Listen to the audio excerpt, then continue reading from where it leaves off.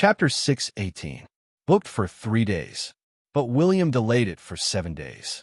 He only arrived at the capital of the war-ending empire after completing the inspection of the soul tools. The second prince of Caesar hurriedly brought him to the secret teleportation hall of the empire. Although he had not rushed William for many days, the secret outpost of the war-ending empire could not hold on for much longer. Although the human empires had a strong military force, and it was easy to mobilize millions of soldiers, if there were too many casualties, the value of the outpost would be meaningless. And if it was delayed, the scene of William rescuing Caesar's father-in-law might play out. Soon, William arrived at the teleportation hall. He saw 3 teleportation portals. He watched as legions of troops rushed in to provide support. There was also a spatial gate where wounded soldiers and corpses could be seen everywhere being pulled out. There was also a custom in the gods' world. Souls had to return to their homeland. Otherwise, the dead would not have peace. Basically, any powerful force would not allow their warriors to die outside their borders, unless the battle was too intense, and they did not even have time to retrieve the corpses. For the warriors who died in the dark world, this custom would be carried out to the end. Because if the corpses were not eaten, they could transform on the deathly battlefield. For example, corpses with flesh could transform into death knights. Skeletons without flesh and blood could transform into skeleton soldiers. That was why there was such a portal. Under relatively safe circumstances, it would not be closed, and people could drag the corpses back at any time. William arrived at the dark world again. There were all sorts of flying magical beasts in the dark, blood-red sky. The rumbling sounds of cannons resounded throughout the entire city, and energy bullets could be seen everywhere in the sky. Without a doubt, it was the Dawn brand magic Gatling. Many buildings in the fortress had collapsed. Many earth element mages were continuously reinforcing and rebuilding the buildings amid the flames of war. The walls in the north, south, east, and west were not occupied by the dark creatures, but they could only resist with difficulty. But if there was no more sage to break through the gaps, it was only a matter of time before the outpost fell. A relatively elite, high-level army had just walked out of the portal when they saw the scene in front of them. Some of the soldiers were so scared that their legs turned to jelly. The Guru army commander had never been to the dark world, but at least he knew what he had to do. They immediately boosted their morale and shouted the slogan of fighting for the empire. They followed the flag and rushed to the west wall in an orderly manner. William took a deep look. The strength of this army was not bad, but it was unknown how many people would survive. If things went wrong, the army's designation might even be removed. One of the epic commanders, who was covered in blood, was holding his broken leg as he limped back to treat his injuries. Suddenly, he noticed William, who was in a daze. This person was just about to curse out loud, asking him why he wasn't going to the front lines and was just standing there in a daze. But he discovered that William was not wearing the standard armor.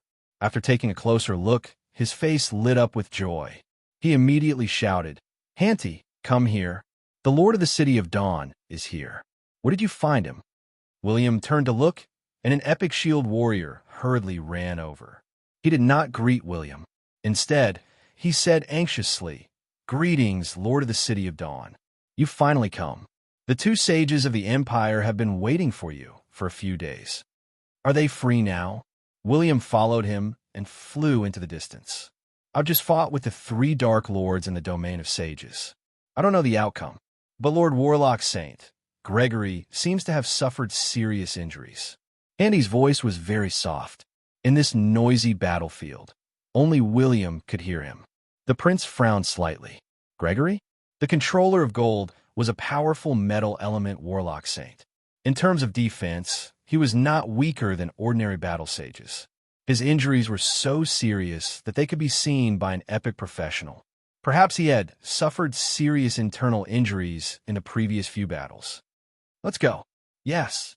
Henny nodded. Both of them sped up and soon arrived at the command post of the outpost. Handy did not enter. He pulled open the door curtain and let William enter alone. Boom!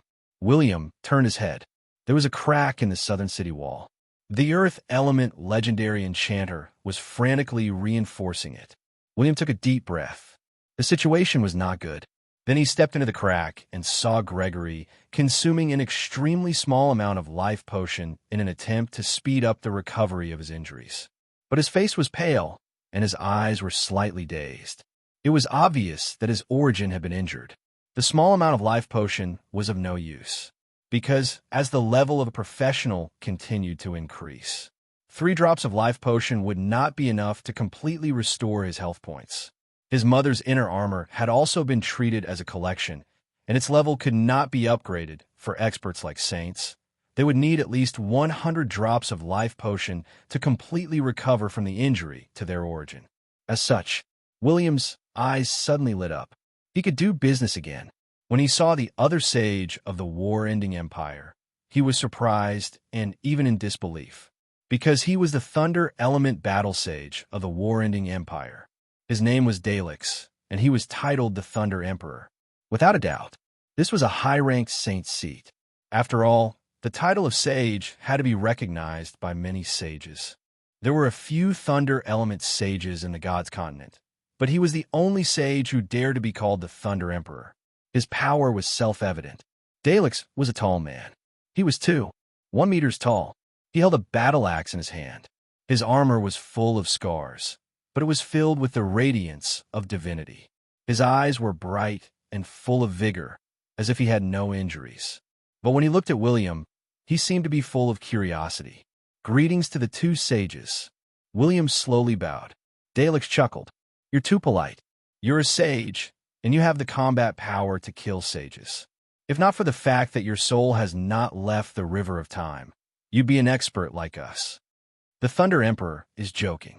It's not that I'm too strong. It's just that Agar's is too weak. William revealed a shy smile and tried to be as low-key as possible. The burly Thunder Emperor's mouth twitched. He almost drew his axe and slashed at William. Damn it! What did he mean? Did he say that the sages were useless? His tone was very low-key. He used the most simple and unpretentious attitude to say the most pretentious lines. He was indeed the legendary reincarnation of the Thunder God. His mockery was not weak. But then again, what about Thor, whom he favored?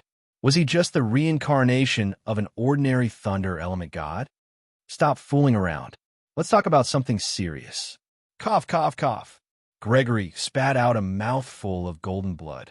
However, this old man did not want to waste the saint blood, so he quickly caught the saint blood and swallowed it again. He smacked his lips and said, Saint blood with life aura tastes different. It's not as smelly as before. William and Dalix looked at each other speechlessly. How could he say that his blood was salty in such a serious situation? **T. His taste was too strong. Usually, it was half a bowl of rice and half a bowl of salt. If he was not a sage, he would have high blood pressure, stroke, and coronary heart disease. He would die early. Gregory did not know that he was drawing circles and muttering to himself. He said helplessly, You're a little late. If you had come 2 days earlier, I wouldn't have been seriously injured. Now that you're here, you can only maintain the current situation. I won't be able to participate in the battle for a while. Could it be that your sage combat power has not recovered? That's why it has dragged on until now. The Thunder Emperor suddenly asked. Gregory was also stunned. If the Lord of the City of Dawn could only unleash a wave of attacks, and they could not kill a Dark Lord, they would definitely not be able to withstand the frequent attacks of the enemy. When that happened, they would have to give up this outpost. It would be equivalent to wasting all their efforts. They would not even be able to obtain any resources. It would be a huge loss. William did not reply, and the latter did not pursue the matter. He glanced at the real-time surveillance map of the fortress and looked at the dark creatures swarming over. The Empire's army could continue to persevere, but it was definitely not a solution. They needed high-level combat power to solve the key problem. So he asked, 3 Dark Lords, are you advanced and intermediate sages that difficult to deal with? It's too risky for the Empire to choose this location. It's right in the middle of the forces of the 3 Dark Lords. The corners of William's mouth twitched. The war-ending Empire was too greedy. They wanted to take advantage of the situation. Look at the elf race's outpost. It was as stable as an old go. There weren't many resources in the surroundings, but its geographical location was good. They only relied on the power of a dark sovereign. Both sides were just small soldiers fighting each other, and there was no St. Plain powerhouse at all. Oh, he had forgotten. That was the location chosen by the Supreme Pontiff of Light. Apologies. He had wronged the group of iron-headed kids. Motherf * Kerr, who knew that one of those three bastards had actually hidden his cultivation and suddenly erupted with the battle prowess of a high-level sage. Otherwise, we would have long suppressed them and beaten them up. Our butts would have bloomed in the future. The Thunder Monarch cursed angrily. Then, he revealed the strength of the three sovereigns of darkness. There was one advanced, intermediate, and beginner sage. According to the intelligence of the Empire, if there were two intermediate and one beginner sage, the Thunder Emperor and Grigory would be able to defeat the three of them. Even if none of them died in battle, they would be able to beat the *T out of them. But if they wanted to blame something, they could only blame it on the wrong information. After the *MN legendary devil had his soul extracted and his skin skinned, it was discovered that he was not lying. That fool did not know that their leader had concealed his strength. There were traitors everywhere. As the war between the two continents progressed into its later stages, the traitors from both sides frequently resorted to their own methods. Among them, the number of Holy Plane experts who were tricked and killed by them was truly not small. The Holy Plane experts from both sides were so angry that they ground their teeth, wishing that they could send all of them to the Demon Hunter Union. One of the 72 devil gods, Vasak, who had been looked down upon, had advanced to the advanced sage level. Hence, under such circumstances, even if Grigory's strength was good and could temporarily hold back the two sages, he would attempt to determine the victor between the Thunder Emperor and him. But Vasak, who had just advanced to the advanced sage level, would retreat quickly every time he was about to be defeated. It was difficult for a warrior like the Thunder Emperor, who did not have many control skills, to stop him. As time passed, Grigory's internal injuries worsened, and he could not hold on any longer. Just as the Thunder Emperor and Grigory were thinking about whether they should report to the Thunder Emperor and see if they could summon another sage or choose to retreat to reduce their losses, William suddenly took out a bottle filled with 200 drops of life potion. The Thunder Emperor and Grigory turned to look at the small bottle. They could feel the life aura coming out of the magic bottle, and they were about to drool. Life potion? You have so much? Grigory's expression changed slightly. William smiled shyly. The children of rich families have a lot of snacks. After all, I'm my father's favorite child. The Thunder Emperor and Grigory were deep in thought. This *MN rich second-generation heir. He deserved to die. MMP, why didn't he have a sage-level father? That was not right. Duke Albright was the son of the peerless battle sage, but his father did not dare to come to the Dark World. It cannot be helped. Once the peerless battle sage came, at least 3 peak Lords of Darkness would attack. In fact, the frequent attacks of the 3 Lords of Darkness might have something to do with Albright. But it was different for Rogers. He was a novice peak sage, and, according to his luck, he would encounter a complete temple every time he passed by, so he would definitely obtain a lot of life potion. Ahem, for the sake of the Empire's victory, give me the life potion first. If we really want to determine the victor, there will be plenty of benefits for you. Grigory stretched out his evil golden hand to grab the life potion. William hurriedly kept the life potion in his space ring and laughed. It's a deal for me to help, and the life potion is also a deal. Lord Warlock Saint, you're the chief Warlock Saint of the Empire and the honorary dean of the Magic Academy. You're very rich. This, William skillfully rubbed his fingers together. The controller of Gold's face darkened. *MN, are you trying to scam me while I'm injured? 200 drops of life potion were enough for him to recover from his injuries twice. But the price was ridiculous. It was equivalent to at least 2 magical crystal mines. Those were mana crystals, after all. How many magical weapons could they produce? 2 words. No way. He did not have money, nor did he have magical crystals. Those were resources of the Empire, and he did not have that much. At most, he would retreat. It was quite dangerous. He heard that many sages had perished at the other outposts, and 70% of them were warlock saints. D*MN. Was the status of warlock saints that low? If he continued fighting, he would be dead. But when the Thunder Monarch saw him in this state, he hurriedly transmitted a message to him. Buy it. It's worth it. You'll be serving the Empire. How can you pay for it? Is your brain made of iron? Have you become stupid from training? Gregory gritted his teeth and glared at the Thunder Monarch. After pondering for 3 seconds, he coughed and said, "Name a price. I'll buy it all." After all, drinking a lot of life potion seemed to be able to heal some internal injuries. It was not a loss to buy it. Anyway, the Empire would pay for it. He might even be able to recover from it. 3 magical crystal veins. William made a victory sign. D*MN. Gregory gritted his teeth and cursed. Don't think that just because you're the son of Rogers, I won't dare to beat you up. I'll give you 1.5 mines. I'm leaving. I didn't rely on my father to grow up. But even if business fails, the friendship between the City of Dawn and the Empire will last forever. Look for me again if you have a mission. After all, I'm the king of war in a legendary continent. The prince sighed and planned to leave. Sigh too. Two is a deal. You're not sincere. My father went through a lot of hardships and traveled all over the mountains and rivers to gather this small bottle of life potion. I can't even bear to drink it myself. If I sell it to you, my father will definitely scold me for being a foolish son when he returns. William pouted. The Thunder Monarch suddenly said, 2.5. Don't be too greedy. The life potion isn't priceless. There are substitutes. If it wasn't for the fact that time is tight, sages wouldn't need to use it to heal their injuries. Then that's fine. You're right. Sages recover very quickly. If it wasn't for the fact that time is tight, they wouldn't need the life potion at all. But the war in the future will be tight, especially the Empire. There won't be much life potion left, right? William tossed the bottle to Gregory. He was not afraid that the sage would go back on his word.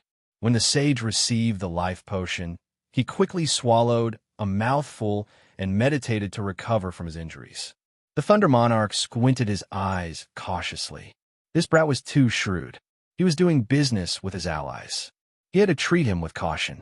Hence, he said proudly, the Empire has plenty of life potion.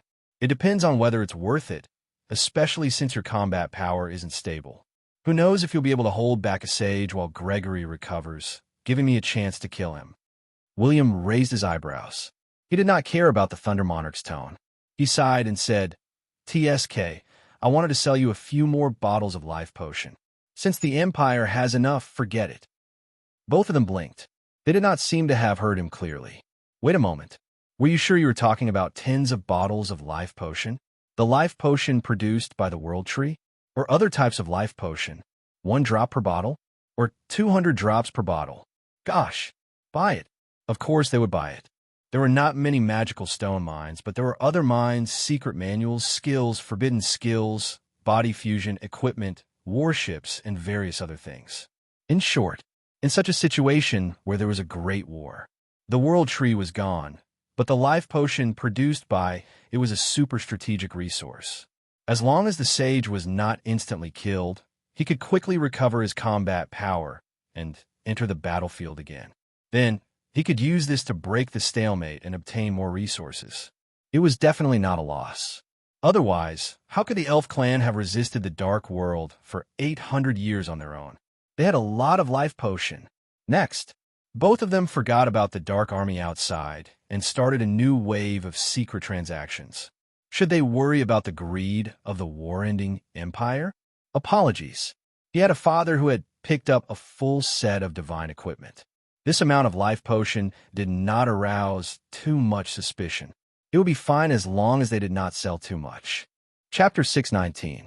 30 bottles of water of life. A total of 6,000 drops. This was definitely not a small amount. It was equivalent to more than 20 days of the World Tree's production. The World Tree seemed to have been controlled by the elves, but it was only because of the goddess of life that the gods did not snatch it away. As for the water of life produced by the world tree, it was basically used by the goddess of life to befriend the gods during the mythological era. This was also why all the temples had water of life. Therefore, a lot of water of life was produced throughout the year, but the elves did not even have the chance to look at it, much less drink it. Many pointy-eared elves did not even have the chance to look at it before it became the little treasures of the gods. It was only after the gods fell that the elves gained control over the water of life of the world tree. They gradually accumulated more and rose in the second era. The Thunder Monarch and Gregory wanted to exchange for the water of life, so they naturally reported it through a transmission scroll. After a discussion with the great Emperor of War, many saints, high-ranking officials, and nobles, they decided to pay a lot of magical crystal mines, magical energy crystal mines, equipment, fusion skills, and so on, as well as the resources on the fourth floor near the outpost. It seemed like the great Emperor of War had paid a great price. But for a human empire that had existed for tens of thousands of years, it was a drop in the ocean. This was especially so for the water of life of the world tree, which had long been extinct. Not only could it extend the lifespan of legendary experts, but it could also be used to heal the injuries of saints. It was a strategic treasure. In addition, some of the major nobles in the country, who were not very powerful but had a certain amount of authority, also wanted to share. In general, almost a third of the 6,000 drops of water of life would be wasted, and they would have to be distributed to the nobles and high-ranking officials. They could not leave all of it for the use of the saints during the war. This was because some of the sage and legendary clans that had risked their lives for the empire were not too weak in the empire. If the Emperor of Ji Ge wanted to control the empire, he would have to at least give some face to these people. He could not appear to be too heartless. Otherwise, if the saints and legends died in battle, the family would be defeated. When that happened, how many saints would really swear loyalty to the empire? In a word, regardless of the power, as time went by, it would definitely become more and more bloated, and the complicated relationships would become intertwined like a spider's web. Pulling one hair would cause the whole body to move. But to the great Emperor of War, this was still considered good. They only needed to waste a third, similar to the Sunset Empire. If he really had 6,000 drops of the water of life, at least half of it would have been wasted, and it was even possible that more than half would have been wasted. This was also the main reason why the Sunset Empire was split into 3 empires. But His Royal Highness did not need to worry about these things. Humans were just like that. From a mythological era to the 4th era, it was impossible to escape from the ways of the world. However, it was also because of the ways of the world that many things seemed to be very unreasonable, but it also made them more humane, and they could also explode with unimaginable power. There was no such thing as an absolutely perfect race, nor was there an absolutely perfect social structure. These were the various races in the world of gods. They all had their own weaknesses and strengths. After both parties signed the terms of the contract, William watched as the 2 sages imprinted their soul auras on the scroll. He immediately put it away and carefully checked if there were any loopholes in the contract. Then, he happily threw the 30 bottles of life potion over. It's another win-win deal. The Thunder Monarch grasped the sacred battle axe tightly. His eyes flashed with electric arcs as he gazed into the distance. Keep the contract well. It's been 4 to 5 hours. The Dark Lord is probably going to attack again. By the way, Old Gold, have you recovered from your injuries? Yes, almost. I drank 100 drops of the water of life, and I've recovered at least 90% of my combat power. I'm fine now, but I'm a little curious. So much water of life is equivalent to the treasures plundered from a complete shrine. Are you sure Rogers won't hack you to death on the street if you sell it just like that? Gregory suddenly asked with a sigh. If he had a son like this, he would definitely let him experience the true meaning of fatherly love. If he did not use the metal cage to lock him up for 8 to 10 years, he would definitely not let him out. He even wanted to go back to the time when he was born and directly strangle him to death. William raised his eyebrows. Everyone is different. Look at my father's set of divine equipment. How many complete temples do you think he has excavated? It's just some water of life. It's just a small amount. But it's not convenient for me to continue selling it. After all, I don't have much left. Gregory and the Thunder Monarch went into deep thought. That was right. Rogers had so many divine equipment. It was as if he had picked them up for free. There might be thousands of drops of water of life, or even more. The two of them looked at each other. That was right. They would seize the opportunity to make friends with William and try to cheat him of some water of life. Even if the asking price was higher, the water of life was a strategic treasure that could not be regenerated. It would be a huge profit if they could obtain it. Lord William had said that he did not have much left, but according to their estimations, he definitely had more than 6,000 drops. Rumble. Whoosh. Whoosh. Whoosh. Whoosh. The magic cannons and magical Gatling guns were fired at full force. The entire sky was densely covered with energy bombs to prevent the dark creatures from attacking from the sky. The war-ending empire had many air forces, and the Griffin Legion had the most. But there were too many dark creatures that could fly. It was not the time to throw away their lives. The siege that had lasted for a few hours was a small matter. Now, the Dark Army was surging in from all directions. It was obvious that the Lord of Darkness had decided to attack again. The Thunder Monarch walked out of the command center and roared at his father-in-law, Caesar, "All right, I'll leave the defense of the fortress to you. If we don't lose, but the outpost falls, even if your father is here, I'll chop off your head with my axe." "Yes, sir. If the military fortress falls, I'll present my head to the emperor." The commander of the Imperial Guards had been transferred here and had to bear great pressure. But he did not have any complaints. In fact, he was very happy that he could persuade the emperor of war ending. This was because he had long wanted to do something big and spectacular. He did not want to be a commander of the Imperial Guards who had nothing to do under his father's protection. He wanted to be a general. How many people did not want to lead their troops to battle and kill their enemies? He had to guard the safe and worry-free royal palace and watch the officials and nobles chat. This was the greatest torture for him. Alite was a legendary pinnacle professional. He was very powerful, but he had never displayed his abilities. Because he had a father, Peerless Battle Sage. He was one of the 12 human sages at the end of the Second Era. Since young, he had been known as the Peerless Battle Sage and the son of the Pinnacle Sage. But he would rather rise like the Lord of the City of Dawn than rely on the Peerless Battle Sage to become the commander of the Imperial Guards. Basically, anyone with a bit of self-respect would want to break away from the halo of their elders when they grew up. Now, it was time to prove himself. Augulita commanded the army and once again engaged in battle with the Dark Army. As the outpost was not built on a natural barrier, they could only rely on the city walls that were more than 100 meters tall to resist the enemy. But batches of dark creatures died under their feet. The 100-meter-tall city walls did not seem to have any advantage. Many dark creatures that could not fly leaped into the air with great strength. This caused the shield bearers on the four sides of the city walls to face great pressure. Many shield bearers' hand bones had been shattered by the impact, but they still held their shields tightly. They hoped that the spearmen behind them could seize the opportunity to kill the enemies in front of them or pierce them to the bottom of the city walls. The battle scenes in the magical fantasy world were very agile and fast. The battle between the professionals and the dark creatures was exciting, and it was a feast for the eyes. Various colorful battle energy and magic filled the battlefield. It was like a dazzling fireworks display. "Vashik, let's fight again." The Thunder Emperor wielded his battle axe. Accompanied by the rumbling of thunder, he charged straight at the Dark Army, creating a bloody line. He was so fast that he created a lightning tornado, and countless dark creatures were blown into the sky. "Damn it! Enter the space of the sage position." Vashik was shocked and furious. Both sides had been very restrained.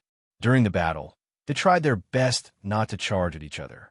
But now, the Thunder Emperor seemed to have changed. A trace of caution flashed in Vashik's eyes. Both of them had just entered the space of the sage position. The other two Lords of Darkness suddenly appeared. They looked at Gregory coldly. The former sneered.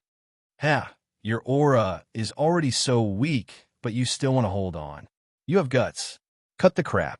Even if I die here today, I will take at least one of you with me. Gregory stepped on a thick golden magic book. As he waved his hands, countless swords, spears, and axes on the battlefield transformed into rays of light and circled around him. The beginner Lord of Darkness narrowed his eyes and suddenly transmitted a message. He seems to have recovered from his injuries, but it's just a weak arrow. Take advantage of his weakness. Kill him. There's no need to enter the space of the sage position. Try your best to kill him on the spot. Slaughter the soldiers of this fortress. The two Lords of Darkness looked at Gregory, who had ascended to the clouds. They transformed into two black meteors and broke the sound barrier as they charged forward. William, who only had a legendary aura, did not attract the attention of others on this battlefield. He did not choose to face the Lords of Darkness directly. Instead, he coldly flew towards the eastern city wall, which was having a hard time defending. There were 13 legendary professionals fighting here. The war-ending empire had one less legendary expert, but they could still hold off the Lords of Darkness. But when a zealot demon saw William, he stopped attacking another human expert. He suddenly appeared in front of William and slashed down with his huge axe. Every move of a legendary expert had the power to split mountains and rivers. The axe instantly transformed into a 1,000-meter-long shadow that continuously crushed the air as it slashed towards William. Be careful, several legendary experts exclaimed in surprise. They secretly scolded William for being too confident. He had just arrived in the Dark World, but he was still so arrogant. His opponent was an advanced legendary zealot demon. But when the 1,000-meter-long axe was about to slash down on William's head, William raised his left hand and clenched it. Rumble. The 1,000-meter-long axe shattered inch by inch, and the resulting shockwave spread to a radius of a few hundred meters. Many people were dumbfounded by this scene. They all thought that William was wearing an invisible godly gauntlet. Otherwise, how could he withstand this blow?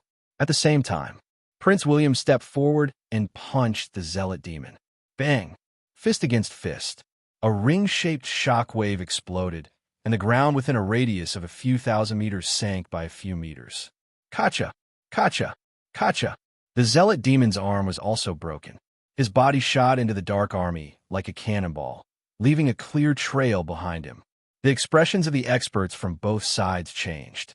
But the legendary experts of the war-ending empire's eyes lit up. Was this the Lord of the City of Dawn?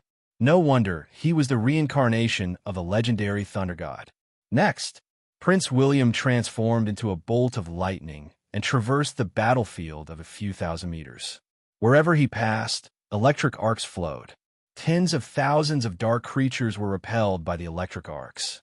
At the same time, the zealot demon also used a forbidden skill. His body expanded to 3 meters, and a layer of black bone appeared on the surface of his body. It looked like an armor that was comparable to the divine equipment set. The zealot demon roared and opened his mouth. The moment his right fist reappeared, William did not give him a chance to attack. William stood not far away and gently tapped with his finger. Crack! Electric arcs circulated. A purplish-red electric arc that was as thick as a finger instantly traversed the battlefield of tens of thousands of meters. A small hole appeared in the zealot demon's glabella, and his body stopped moving. Subsequently, the prince calmly turned his head around. Kacha! Kacha! Kacha! Pom! Pom! Pom! A sound rang out from behind him. The sturdy body of the legendary advanced devil shattered and turned into powder. The battlefield behind him exploded like a shockwave. A fissure that was hundreds of meters deep and tens of thousands of meters long formed. Tens of thousands of dark creatures within the fissure died on the spot. They turned into powder and became nutrients for the dark world. The Thunder Finger. It was not a skill that came with the Thunder Ring. It was created after Odin became a god. The power of the two skills was vastly different. Now, it had become one of William's trump cards. Who is this person? A legendary devil was shocked and furious. The Lord of the City of Dawn. I heard this name. What? It's him? The legendary experts on the battlefield were surprised. They had also heard of this half-elf lord. He was the one who had captured a Dark Lord. A legendary pinnacle devil sneered. This person is here to help, but he doesn't dare to step into the sage battlefield. He obviously doesn't have the legendary combat power of the Advent Sage. Get many legendary pinnacle experts from other places to surround and kill him. Yes, sir. Orders were issued one after another. Soon, for legendary pinnacle devils, Balrog, and Hell Knights attacked. William's actions reduced the pressure on the defenders. But when he glanced at Gregory, who was being beaten up, he took a deep breath. He decided to settle these small problems as soon as possible. Therefore, when the 4 legendary pinnacle experts surrounded him, Prince William casted beans to form soldiers. A total of 30 legendary heroic spirits appeared in the center of the battlefield. Instantly, the expressions of the 4 legendary experts changed. They could not help but look at the battlefield commander. Did they say that they would fight him alone? Why did the 30 of them have to fight the 4 of them alone? Brothers, weren't you going to give an explanation? The commander revealed an awkward but polite smile. He silently clenched his fist and said, "Don't be afraid no matter what difficulties we encounter. Face him with a smile. Do your best. Oh, your mother's head. Go and fight him too. Do you really think that the commander can just stand and talk? Charge." A huge bump appeared on the commander's head. They did not know which Astra star had taken the opportunity to punch him, but they temporarily put aside their plans to besiege the city and charge towards the Lord of the City of Dawn. As long as they could defeat the Lord of the City of Dawn, who could unleash the power of a sage, it would be equivalent to killing a sage. The rewards would be too great. From then on, they would reach the pinnacle of their lives after marrying the legendary white succubus. Gosh! Prince William's expression changed. His group of legendary heroic spirits were just puppets.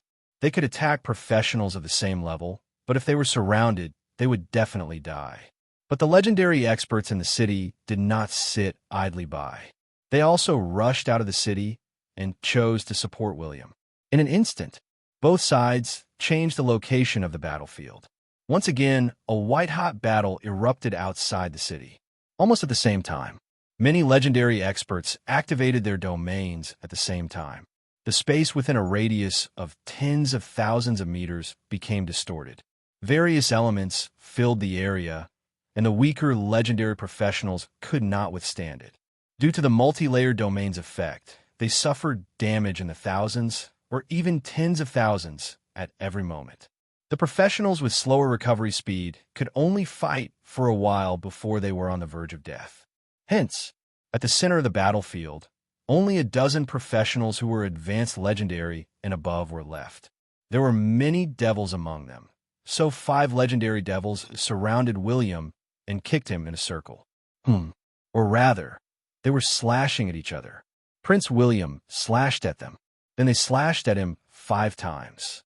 In just a short while, William was covered in blood. His body was already covered in blood. His divinity-set armor's recovery speed was not very fast, but it was still unable to block every slash. But what surprised the devils the most was, as time dragged on, the prince did not even take any potions. He only used some secret skills to increase his attributes. However, one of the demons around him retreated and panted in fear. "I can't take it anymore. I feel like there's a dragon hidden in this guy's body. Just how much HP does he have? Who knows? There's something wrong with this ranger. He still doesn't use bows and arrows. Our information is wrong. Right now, only the high legend rank can effectively injure him. After you've rested, hurry up and come back here." A demon roared. Both sides exchanged hundreds of slashes in a short period of time. They watched as William's body was covered in wounds. Then, they watched as his injuries recovered rapidly. It was as though he had an immortal body. It was very difficult to deal with him, but they did not notice what William was muttering. 300 slashes, 400 slashes, 500 slashes. Instantly, Prince William's eyes lit up and the muscles in his right hand bulged. He spun on the spot and slashed horizontally. Pom, pom, pom. He slashed horizontally. His sword slashed horizontally. Like a full moon, the sword radiance covered the entire domain battlefield. 4 legendary pinnacle and one advanced legendary vomited blood at the same time. Hundreds of deep wounds appeared on their bodies, and they were badly mutilated. At the same time, 3 of them could not withstand the attack and perished on the spot. The other 2 lost 50% of their health points and were on the verge of death. But at this moment, Douglet was defeated again. He was smashed into the center of the battlefield like a meteorite. Countless people lifted their heads and watched as the 2 Lords of Darkness charged at Douglet. The kingdom's chief Grand Mage Sage could not help but say, "William, your ultimate move, your ultimate move." Enough. The prince grinned with his white teeth and snapped his fingers. Swish! A shadow appeared on the surface of his body. God's descent. Countless people's expressions changed drastically. Was he really a sage? A sage who could possess such combat power at any time? Chapter 620. When William used God's descent again, his aura and combat power soared to the intermediate sage level. Especially, God's descent was an ability. The cooldown time was very short. This was not his skill. It was Odin's skill. After all, how many gods had the cooldown time of using God's descent for a month, a week, or a day? It was impossible. Wars were frequent in the mythological era. Often, several battlefields were at war. When many fanatics used themselves as a medium to pray to Odin for God's descent, would they fail in the fight for faith because of the cooldown time? It was impossible. At most, the believers could not withstand the power of God's descent, and their bodies would collapse. Normally speaking, legendary professionals who had used God's arrival would often die because of physical factors, as they could not withstand the descent of the gods' clones and incarnations. But William did not have to worry about this problem. He did not intend to summon any incarnation or clone. He only summoned his real body. After the 2 merged, there would not be any pain. Instead, he would feel so good that he could not control himself. When the surrounding legendary devils saw the cruel smile on William's face, they could not help but retreat. They were afraid that they would be slaughtered by this pervert. But William did not have the time to care about them. He waved his hand and slapped 7 or 8 legendary devils away. Then, he wielded his sword and charged at the nearby Lord of Darkness. Gregory realized that this AD had a big move. He did not dare to leave behind the remaining 100 drops of life potion. He used the healing potion, and his injuries recovered quickly. He decided to counterattack. When the 2 Dark Lords saw this scene, they decisively chose to retreat. It didn't matter even if the millions of dark creatures present were all killed. As long as they weren't, there was no need to worry about firewood. After all, the Lord of the City of Dawn's battle record was not to be underestimated. He had become a thorn in the side of many Lord of Darkness. In addition, he was only at the legendary level, so it was difficult to lock on to his aura. There was no way to prevent him from appearing on a battlefield. But they were facing the chief warlock sage of the war-ending empire. Not only did he have extremely strong defense, but he also had excellent control skills to resist the 2 Lord of Darkness with his warlock sage body. Ever since Gregory entered the Dark World, he had been constantly hammered by the 2 bastards. His origin had been damaged many times. Now that he had a chance to counterattack, he would not show mercy. He shouted angrily, and the ground within a radius of tens of thousands of meters trembled. Heaven and earth, all the equipment and weapons on the wreckage, as long as they were made of metal elements, were all destroyed at this moment. They turned into long rivers of metal and gathered together. In an instant, they formed a gigantic cage, trapping the 4 of them within. Saint Incantation, inescapable net. The faces of the 2 dark sovereigns changed drastically. Even saints would not be able to break this forbidden spell in a short period of time. If there were enough metal elements here, they could even regenerate at any time, making them extremely difficult to deal with. More importantly, this thing also had the ability to block teleportation. Ever since the Darkness invasion, the Warlock Saints seem to have died the most.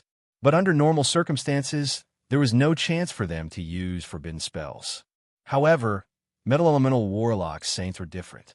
The more they fought on the battlefield, the more powerful they would be. This was because there were too many metals on the battlefield, so much so that Metal Elemental Warlock Saints could instantly cast forbidden spells. Damn it, kill Doglit. He's also in the inescapable net. He's the spell core. Go install the Lord of the City of Dawn. The beginner Dark Sovereign's face twitched, but he nodded helplessly. Okay, but you have to be quick. I can't hold on for much longer. This guy has captured Agareth. I'm not as strong as Agareth. Agareth is too old to use the forbidden spell. Are you not going to use it now? The latter looked at the surrounding cage and gripped his black and thick spear tightly. He said ferociously, "Then let's fight it out with them." The two Dark Sovereigns nodded. As they charged at the two of them, they used their transformation skills. Their bodies were also burning with extremely cold black flames. Their auras surged and soared into the sky. The ground within the metal cage was completely shattered, and the metal cage hidden underground was exposed.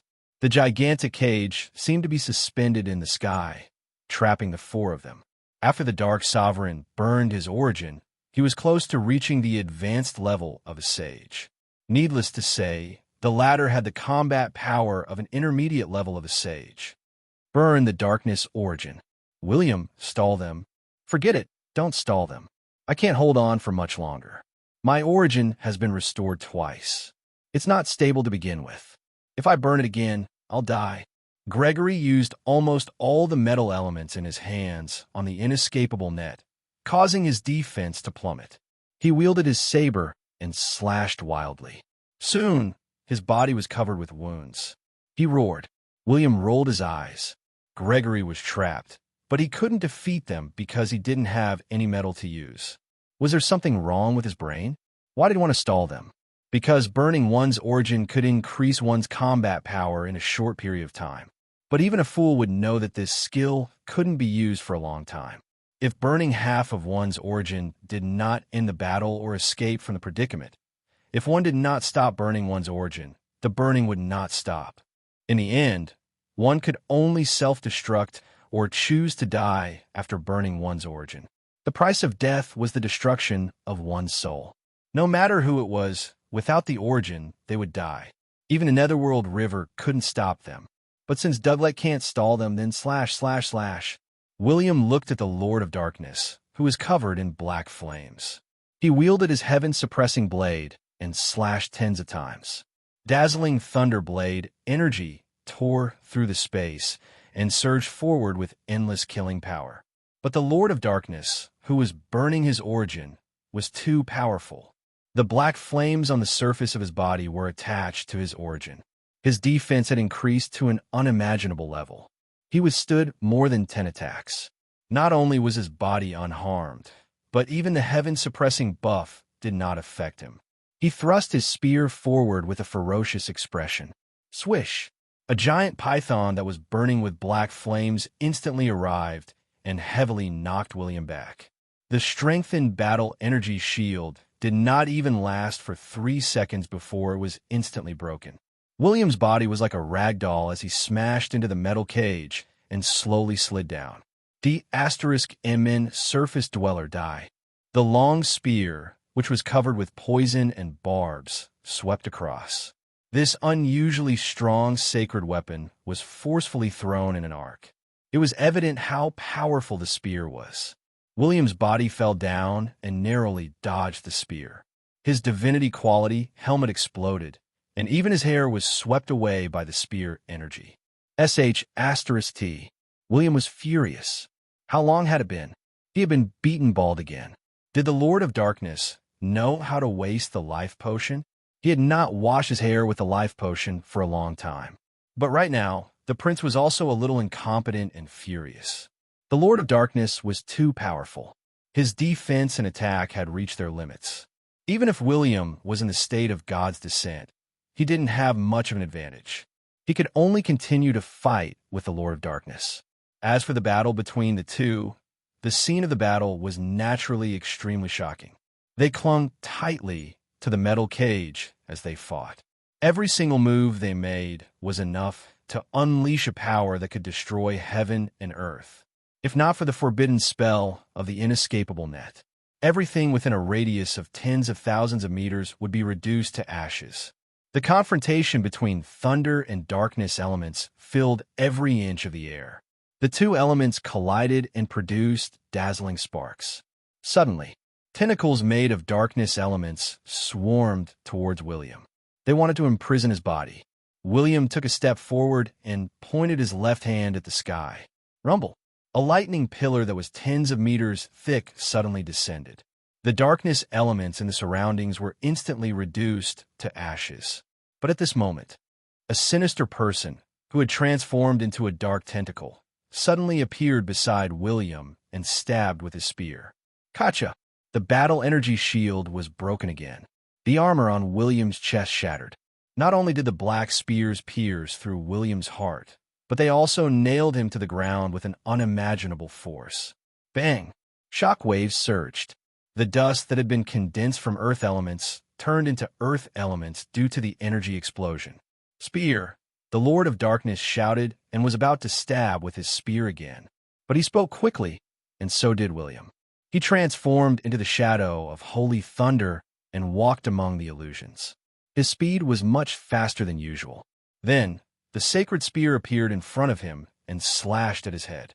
The black flames on the Lord of Darkness body exploded, and a wound appeared on his head. Green blood flowed continuously, and he retreated thousands of meters. But before the prince could step forward again, he suddenly stood still and started vomiting blood. The originally glowing golden blood was showing signs of turning black. Gosh, poison! At this moment, William finally had the time to glance at the attribute panel. This poison was not considered fatal, but it reduced all his attributes by 20%. It made him, who was already in a disadvantageous state, even worse. Hee, is this the so-called Lord of the City of Dawn? Agar's has fallen in your hands. I can only say that he's useless. The Lord of Darkness, who was holding his spear, charged forward again. Black light accompanied him. As he approached, the entire world seemed to be filled with black flames. Only in the corner of the golden cage were there flashes of lightning that flickered between bright and dark. It was such a scene. It was as if there was a monster that wanted to devour the heavens and destroy the earth. It was going to destroy the only remaining light. Until now, William had even used the power of the Saint Spirit to increase all his attributes. But he had not activated his invincible skill if he could not defeat the Lord of Darkness. All his attributes would be reduced by 50%. It would be extremely dangerous. But then again, I have never activated my invincible skill while in the state of God's advent. William took a deep breath. The level 1 invincible holy thunder could increase all his attributes by 50%. Tell me, how much would the level 80 invincible holy thunder increase? 130%. From the beginning to the end. He had never used the invincible holy thunder while in the state of God's advent. This skill was his trump card. It was a super trump card that could allow him to have legendary combat power at the epic level. And when the two were added together, both were strong. Invincible. Activate. Rumble. A purplish-red lightning seemed to have struck from the universe. It traversed through time and space and created a crack in the metal cage above his head. Then, it forcefully entered William's body. At that moment, an extremely exaggerated aura surged between the heavens and the earth. William no longer looked like a half-elf. His entire body had transformed into purplish-red lightning. A visible shock wave spread out. It not only swept away the darkness, but it also extinguished the dark flames on the Lord of Darkness body. At this moment, countless people looked over, both the dark creatures and the warriors of the war-ending empire. All of them stared in bewilderment at the Lord of the City of Dawn, sage position, and advanced aura, but was very unstable. But no matter how short the time was, this was a power that could absolutely crush the other party, especially for the Lord of Darkness, who had dashed in front of William. He almost peed in his pants. What the F***CK? He had transformed and burned his origin. It was not abnormal for him to be one level higher than the Lord of Darkness, but he had risen from the advanced legendary level to the intermediate sage level. He had nothing to say about it, but he could still show off a little more. He had risen to the advanced sage level. What the F***CK? Are you F***king cheating or something? Tell me. He was fantasizing about grabbing William's collar. He was going to report him. Could he afford to play around? Were his bones made of godly equipment? How could he withstand such terrifying combat power? But there was a saying that went, "In a battle of our level, is there any use in distancing ourselves?" William squinted his eyes and laughed. At that moment, the Lord of Darkness retreated. He did not retreat voluntarily. He was sent flying like a cannonball. He was hammered from the eastern edge of the cage to the western edge. At this moment, everyone saw that William had returned to his previous position. William took a step forward again. The lightning disappeared. Once again, he appeared in front of the Lord of Darkness. He grabbed the Lord of Darkness's head and smashed it into the cage. Bang, bang, bang. The deafening sounds reverberated throughout the sky. Gregory had been hammered to the point that he looked like a human. He wanted to ask for help. William's body tilted to the ground. His waist was like a bow as he swung the heavenly saber. Swish! It was accompanied by an exaggerated and glaring lightning. The heavenly saber pierced through the chest of another Lord of Darkness and nailed him to the metal cage. Such a blow. It was on the verge of shattering this sturdy and indestructible, inescapable net. Then it was a one-man show. William's left hand strangled the Lord of Darkness's neck. His right hand was like a pile driver as he hammered the Lord of Darkness. Fresh blood, white bones, and brain matter were extracted. Even though the origin flame in his body surged, it was of no use. The other Lord of Darkness, who was nailed to the cage, pulled out his heavenly saber. After escaping from his predicament, he looked at the heavenly saber in his hand, and his eyes flashed with joy. But then, swish, a black shadow appeared in front of him, and he hurriedly dodged to the side, only to see his companion fall to the ground like a pile of mud, where he had just been, and then slowly fall to the ground. But it was only for a moment. The inescapable net's metal cage had a flaw. A human-shaped hole appeared in front of him. He immediately used a sage space scroll to escape the battlefield. He did not even intend to pick up his comrade's corpse. Instead, he entered the dimension vortex. D*M in it. Gregory roared. He looked at William's heavenly saber with a pained expression. He wished that he had the heavenly saber. He threw it randomly. Who asked him to throw it randomly? He was done for. The Lord of Darkness had such a powerful weapon. His name was not William, but Whitey. However, William appeared at the spot where the Lord of Darkness had just left without any change in his expression. A huge soul hand that was shining with golden light appeared and tore the space apart. A soul shadow and a body were forcibly pulled out from the space tunnel. Then, William smashed the body onto the ground. The Lord of Darkness, who had just recovered, blacked out again. He was smashed into a dizzy spell. In the next second, William walked to where the two of them were. He punched with both fists. Bang, bang. The black flames on the surface of their bodies were forcibly extinguished by him, cut off the possibility that they might die. At the same time, William sneered as he chopped off their limbs. He casually condensed a thunder chain with countless runes to trap them. Then, countless people widened their eyes as they watched William throw out thunder runes skillfully. The Lord of Darkness sealed the Lord of Darkness, who was not even as strong as a beginner professional.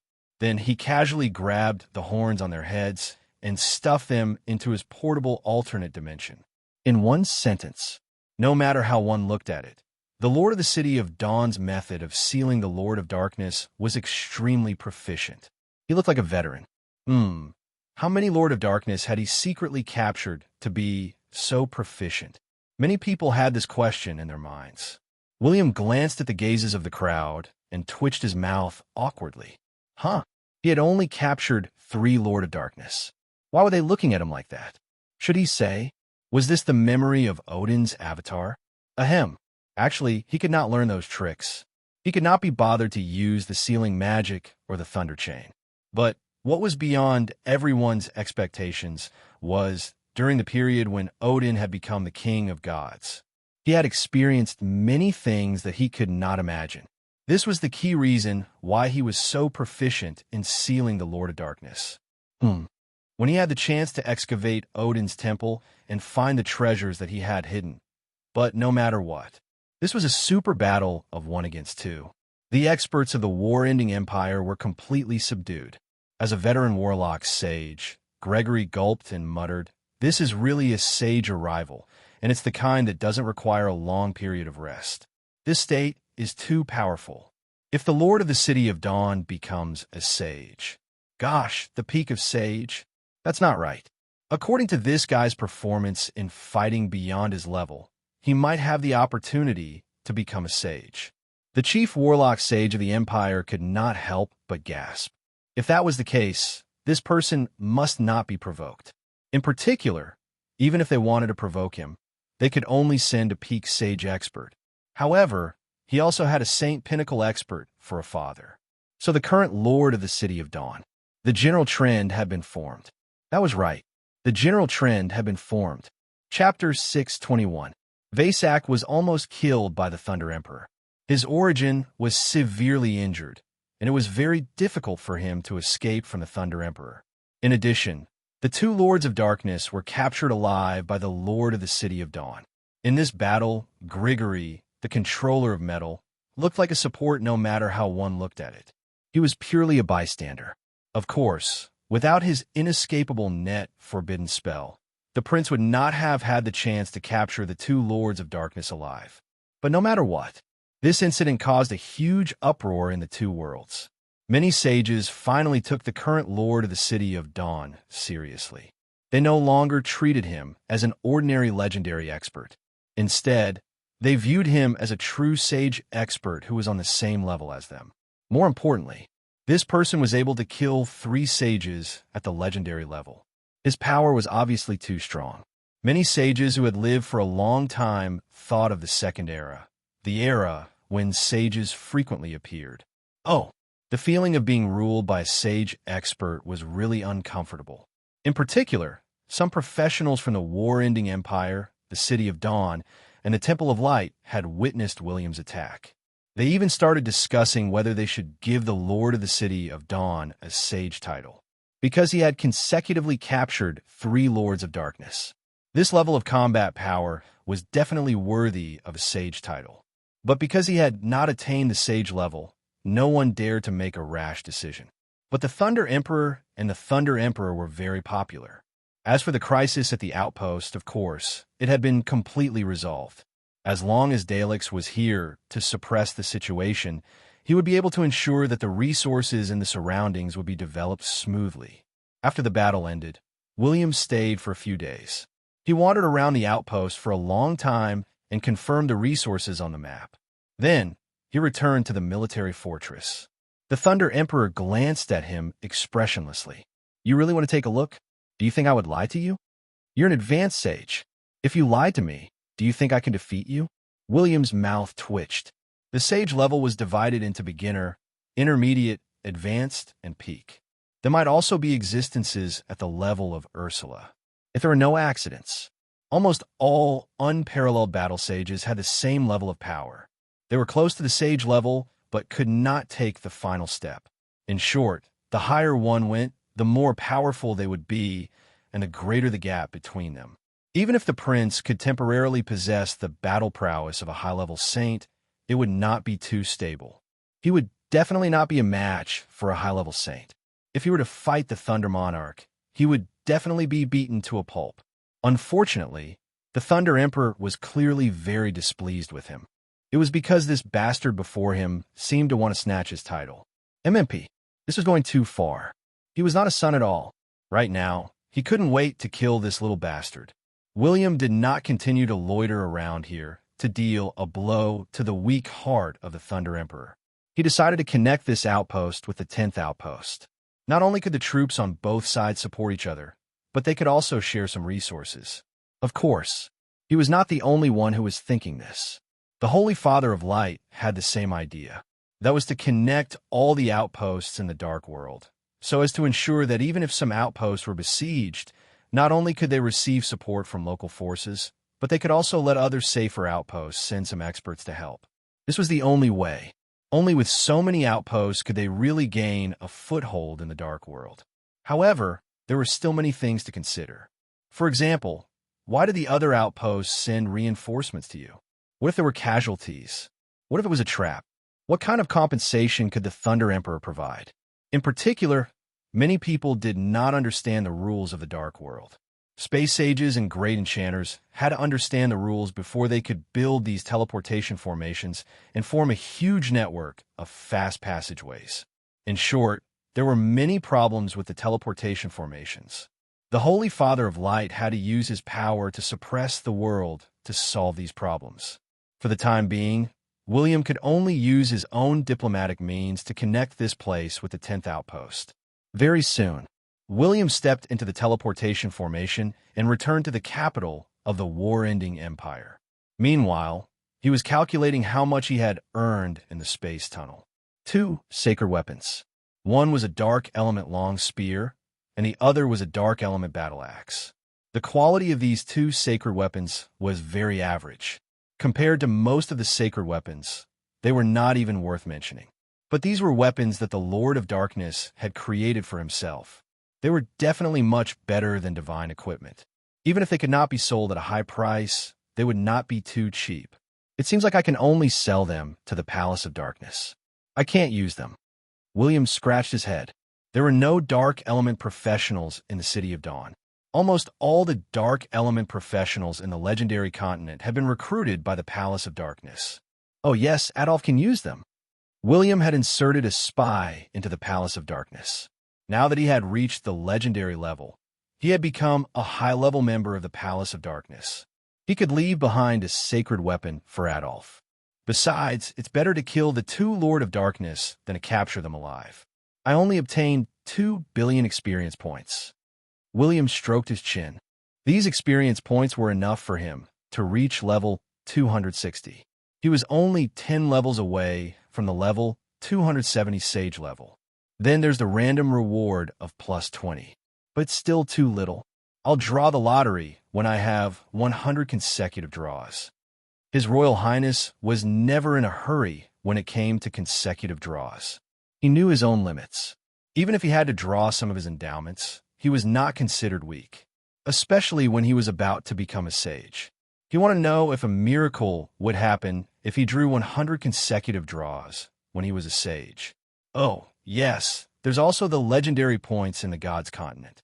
If everything goes well, I've captured 3 Lord of Darkness. After a few months, I'll have to earn at least 2 continental legendary points. Swish! William had already left the space tunnel. He saw many Imperial warriors going back and forth to the teleportation portal. However, there were fewer of them. The crisis at the outpost had basically been resolved. Most of the professionals who were heading there were workers who were excavating the ore veins. When these people saw him, they bowed respectfully and said, "Greetings, Lord of the City of Dawn. Rise. Greetings, Lord of the City of Dawn. The king has asked me to invite you over as a guest." A legendary expert came in front of William. William raised his eyebrows and laughed. "It's a joyous occasion, a joyous occasion." The latter revealed an awkward but polite smile. "Yes, the life potion sold by the Lord of the City of Dawn is very valuable. The king has decided to personally pass the resources to you. He has something to say. Let's go." William nodded. Both of them walked towards the depths of the palace of the war-ending empire. Come to think of it, this was the first time William had met the Emperor of War-Ending. Back when he attended Caesar's wedding, he had only met the Emperor of War-Ending once. But at that time, he was only an epic professional. He was far from being noticed by the Emperor of War-Ending. But things were different now. The City of Dawn was not as powerful as the War-Ending Empire. But William's power was enough to make the dying Emperor of War-Ending take him seriously. 10 minutes later, the Emperor of War-Ending led William through the history of the War-Ending Empire. They finally reached the end. It had to be said, the palace of the War-Ending Empire was interesting. The history of the War-Ending Empire recorded the various battles, reforms, and events since the establishment of the War-Ending Empire. There were also the battle achievements of various sages. If an ordinary legend or saint were to walk this path, their pride would be slightly impacted. They would feel that they were too insignificant compared to the empire. Hence, they would become cautious. MMP. This was all a trap. William arrived at the hall of the war-ending parliament. He scanned the magnificent building. It was impressive. It was much more impressive than the conference hall in the City of Dawn. He was tempted to tear down the conference hall in the City of Dawn and rebuild it. He saw the high and mighty Emperor of War Ending, who did not look like he was about to die. He also saw Caesar, who was standing at the side, and an old man in ordinary clothes sitting on a chair. William's expression remained the same, but when he used his insight on the old man, he was surprised. The peerless battle sage. He was one of the 12 sages of the human race. But the old man did not care about William's gaze. He just closed his eyes and leaned against the chair to rest. "Greetings, King. I have brought the Lord of the City of Dawn." "Greetings, Emperor of War Ending." William bowed. The middle-aged, white-haired great Emperor Jigu slowly waved his hand and said, "You may leave." "Yes." The legendary expert nodded. He bowed and retreated out of the hall before turning to leave. Then he stood up and smiled at William. "The Lord of the City of Dawn is a sage. He is equivalent to a sage expert. You don't have to bow. Please take a seat." William smiled, but did not say anything. He sat on an empty chair not far from the peerless battle sage. William glanced at Caesar, who was beside Emperor of War Ending. This bastard did not dare to send a telepathic message to William. He did not even dare to glance at William. But, with the peerless battle sage here, Caesar did not have the guts to do so. William had just sat down when Emperor of War Ending also sat down. He said, "The Lord of the City of Dawn was a great help during the battle at the Darkness Outpost. Not only did he help Gregory recover his combat power, but he also personally captured the 2 Lords of Darkness." William nodded. He was not a member of the War-Ending Empire, so William could not possibly reward him verbally. Right? Glory medal? Sorry. Even if you gave me a special merit, I would not want it. Fortunately, Emperor of War Ending was not stingy and would not go back on his words. He immediately took out 30 space rings and placed them on the tray. "Caesar, show this to the Lord of the City of Dawn." "Yes, Father." Caesar took the tray and handed it to William unhurriedly. William glanced at it, and his eyes lit up. He immediately said, "That's enough. The deal has been completed. This is the contract that we signed." Caesar stretched out his hand and kept the contract. Then, he returned to the side of Emperor of War Ending. Emperor of War Ending said, "According to my son's invitation to support the outpost, as long as you capture or kill any Lord of Darkness, the outpost will give you the mining rights for 3 layers of the ore vein. But you've captured 1 more Lord of Darkness. You've helped us solve a big problem. What else do you want?" William narrowed his eyes. According to the deal, he had completed his mission by capturing 1 Lord of Darkness. The additional Lord of Darkness that he had captured was not part of his mission. However, the War-Ending Empire still wanted to compensate him. It was obvious that they wanted to befriend him, but William did not intend to be too greedy. After pondering for a while, he smiled and said, "I've just captured a Lord of Darkness. I can earn some money by selling him. Of course, if the Emperor feels bad and wants to compensate me with some divine or sacred weapons, I won't mind." The unparalleled battle sage closed his eyes and coughed. It was as if he was saying, "Don't push your luck." Emperor of War Ending laughed and said, "How about this? I'll announce to the public that the War-Ending Empire will form a military alliance with the City of Dawn. We'll increase the trading volume of various goods and reduce the commercial taxes by 20%. From now on, the War-Ending Empire will fully support the development of the City of Dawn. What do you think?" After finishing his words, Emperor of War Ending sneered in his heart. "Lad, you're still too inexperienced to play football with me." William raised his eyebrows. Military alliance? Gosh, it seemed like a perfect alliance that was extremely beneficial to the City of Dawn. For example, if the major forces knew about this, they would not dare to attack the City of Dawn. Even if the Killer Temple found out about this, they would not dare to attack the City of Dawn. William's military alliance was the War-Ending Empire. If they wanted to attack the City of Dawn, they would have to think about the consequences of angering the War-Ending Empire. But it did not make sense. The City of Dawn had a diverse mercenary legion. It was a neutral faction. He did not want the City of Dawn to be tied to a certain empire. If the War-Ending Empire started a war, their enemy would be the empires and even the Serafkin. Not only would they have a reason to let the Dawn Warriors fight for free, but they could also silence William. That was simply a bloody loss, a loss-making transaction. However, Great Emperor Jigu still seemed to be extremely kind, making it impossible for anyone to refuse him. But William wasn't a coward. He rolled his eyes and said with a smile, "Forget about the military alliance. There's no problem with the military alliance. If our allies are in danger, both sides can consider whether or not to send reinforcements. Since the establishment of the City of Dawn, it has been a neutral faction. I'm sure the Emperor is aware of this." A football was kicked at William. Emperor of Warending's expression did not look good. Caesar had not seen his father like this for a long time. He immediately shot a few glances at William. Even the peerless battle sage squinted his eyes. He was about to open them. But no matter how strong he was, it was like a cool breeze caressing the mountain. William's indestructible Vajra body did not budge. After tens of seconds, Emperor of Warending laughed lightly. "Good. In that case, I, Li Wanji, shall not keep the Lord of the City of Dawn any longer. Caesar, send the guest off." "Yes." William left the conference hall. He did not dare to delay Emperor of Warending's visit with Li Wanji. And just after he left, Emperor of Warending's expression was no longer dark. Instead, he smiled thoughtfully and said, "This guy is quite difficult to deal with. I thought that after Caesar became the emperor, the nation would not be stable. I wanted to tie the City of Dawn together to stop Peter's wild ambitions. But this guy is thinking too much. He's a sage, so he has his own pride. He can kill a sage as a legendary. If he becomes a sage, he won't have to worry about self-preservation. The City of Dawn will have great potential. As a neutral faction, we can move between two fronts. Of course, there's no need to tie ourselves to the Empire and lose the characteristics of a neutral faction." The peerless battle sage opened his eyes and said, "Was it the same for a battle sage?" Emperor of Warending asked curiously. "It's all right.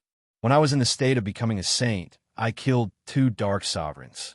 I'm not convinced by anyone. Even when the human race emperor was also a saint, I didn't spoil him. Then it's my fault." The great emperor sighed softly and revealed a helpless expression. "You can't say that. After all, a sage isn't a sage. He doesn't have the strong recovery ability of sage. Ahem, pretend that I didn't say that." The peerless battle sage's mouth twitched. The Lord of the City of Dawn was different. Although this kid was a ranger, he was proficient in close combat and had an unimaginable recovery ability. According to Gregory's report, it seemed that Gregory was right. Whether William was in the state of a legendary or a sage, he had a suffocating defense and recovery ability. He was not inferior to a sage. "In that case, when my lifespan is exhausted, battle sage, please help me." Emperor of Warending's eyes flashed with reluctance, but he was determined. The peerless battle sage nodded without hesitation. "All right, I'm just afraid that His Majesty can't bear to see him die. He's my son. No matter what, he's still my son. But for the future of the Empire, I have no choice." Emperor of Warending forced a smile. "Is the throne stable?" William glanced at Caesar, who was distracted. Caesar nodded absent-mindedly. Then he said, "Yes, it's stable. But Peter might die. I was thinking of keeping him alive and letting him live a peaceful life as a noble. That's normal. But the first prince must have done something to make Emperor of Warending decide to kill him." Caesar clenched his fists and narrowed his eyes. He intends to ally with the sages of other continents to help him seize the throne. If he doesn't die, who else will? Even Gregory, his mentor, can't save him. William chatted with Caesar for a while before he bade farewell and hurried to the headquarters of the Demon Hunter Guild. It was simple.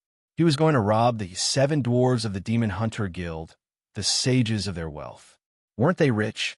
Didn't they like the Lord of Darkness? Sure, William had decided. In the future, when I'm free, I'll go to the Dark World. I guarantee that each of you will have a treasure. Chapter 622. In the secret hut of the Demon Hunter Union, the 8 of them gathered together mysteriously. The magic lamp above their heads flickered, making the dark space look very scary. In the middle, two humanoid creatures were tied up and kneeling on the ground. They seemed to be begging bitterly. If an outsider were to see this scene, they would definitely call out to Yao Yao Ling. Then, the two of them paid. The latter delivered the goods. William decisively flung his hands and threw away the two lords of darkness, who were crying and unwilling to let go of their hands. This time, William did not obtain any sacred or godly weapons. These things were not cabbages. It was obvious from the two Dark Lords. Everyone could have a sacred weapon, but not every sage would have 7 or 8 of them. Otherwise, this group of people has already united. No matter how much they bid, they won't bid the value of the Dark Lords to the level of sacred weapons. After William left the Demon Hunter Union, he had been thinking about this problem. Especially during this auction, he also noticed that this group of fellows were holding back the urge to bid. TSK, you want to join forces to cheat me of my treasures? Wait and see. I'll wait for you to beg me to sell them to you. William narrowed his eyes. The Dark Lords did not have to be sold. They could also be used to make equipment. But why are the Dark Lords all dark attributes?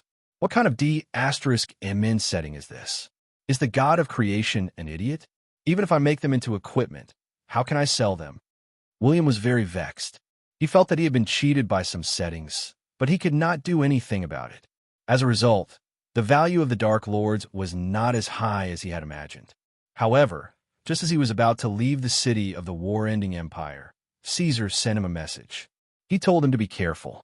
It was best not to go to the Dark World to prevent being surrounded and killed by the Dark Lords. Damn, I can't earn anything this time. The corners of William's mouth twitched. He walked towards the teleportation portal and returned to the City of Dawn. In the City of Dawn teleportation hall, the 4 Grandmaster warriors who were standing guard started chatting. Prince William is very powerful. He captured 3 Dark Lords alive. They are all muscular men. I wonder what Lord William is trying to do. Of course he's trying to do something. Otherwise, how could he capture them alive? Wouldn't it be better to just kill them and eat their flesh? Gosh, you have a weird taste. Cough, cough, cough. A familiar cough sounded from behind the 4 of them. Their expressions immediately changed, and they hurriedly straightened their posture and stood in a proper military posture, looking straight ahead without looking sideways. As William walked past them, he said, "You're bored, aren't you? Then go to the Dark World. Don't think that you'll never have to enter the battlefield just because you've made a lot of contributions and got a good post." "Yes, Your Highness." The 4 of them did not show that they had shed blood or sweat for the City of Dawn. At the same time, they did not dare to be decisive as they bowed. Guard the door properly.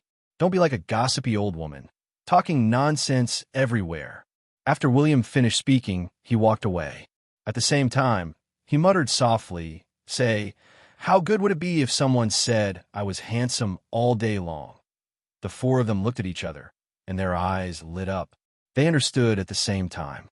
That was to say, Sir Lord is fine, but you can't say bad things about him. If you say something good, everything will be fine. Ever since then, the Dawn Army had changed its style. Lord Bootlickers could be seen everywhere.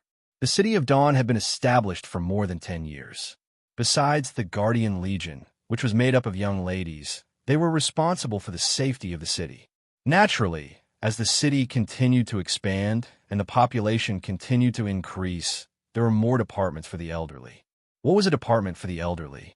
Of course, it was a department for the veterans who had made countless contributions. There were various departments in the city, such as the guards of the city hall, the urban management, and the domain pickets. They could use violence, but they would not overuse their brains. There were good places for these brainless people to go. Not only could they vent their energy, but they also wouldn't be too bored. But the effect of William's God of Looks was too powerful. It had greatly reduced the crime rate in the city, and it was very difficult for dark incidents to occur. Even if they had energy, they had nowhere to put it. They could only become salted fish. They could not do anything for more than 10 days. But after they did, they became even more salted. In particular, no one wanted to be a soldier for life. Everyone wanted to be an official and stay in a safe and worry-free position. Originally, William did not care. But he discovered that this group of people was becoming lazier and lazier. They had good combat power, but they all came to these departments to retire and wait for death. It was simply a waste of life, a waste of resources, and a waste of William's high hopes for this group of people. They even spread the idea of laziness everywhere. Hence, in order to prevent the vitality of this new force from disappearing, His Royal Highness made up his mind to drag these guys out to train again, so that the soldiers who were in the middle of the war could come back and rest. William could not go to the Dark World for a period of time. He did not have any major missions to do. So what was he going to do now? He wanted to be a salted fish and have a good sleep. The mission of the Dark Outpost was the main mission of the version update in the next 10 years. It was the background of the plot in the eyes of the players.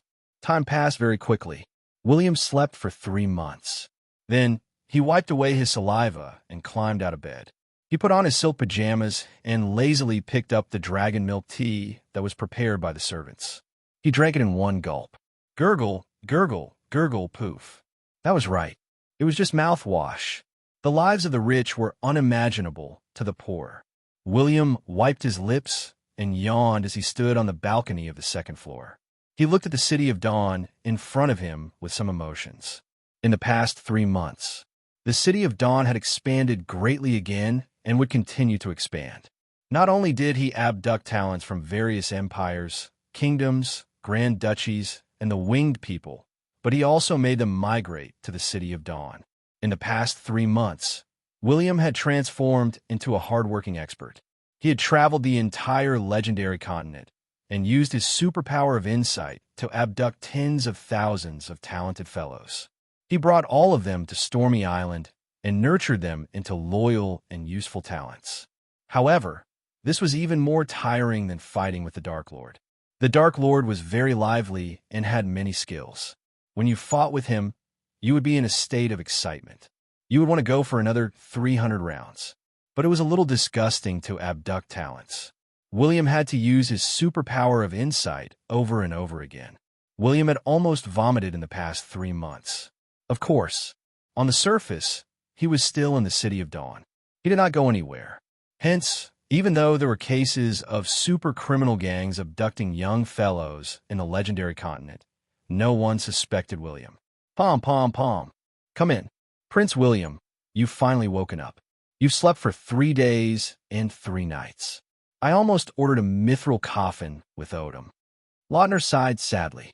He had almost inherited the position of the city lord. If you have something to say, just say it. Don't think that I won't dare to beat you up just because you're my uncle. William was speechless. What? You're not satisfied with being the deputy city lord? You're just an epic, and you want to usurp the throne? When Moses returns, he'll slap you to death. But then again, I'm a sage. If I die, you'll order a mithril coffin? You're finished. Lautner shrugged his shoulders nonchalantly. It's not a big deal. Prince William, didn't you say that you want to expand the City of Dawn again? I'm thinking that we should expand the scale of our academy and increase the number of teachers. Otherwise, many talented children can't even enter the academy. That makes sense. But why didn't you tell me in advance that you're the deputy city lord? Are you still capable? If you can't do it, then give up the position. William turned his head and coldly snorted. Lautner was speechless.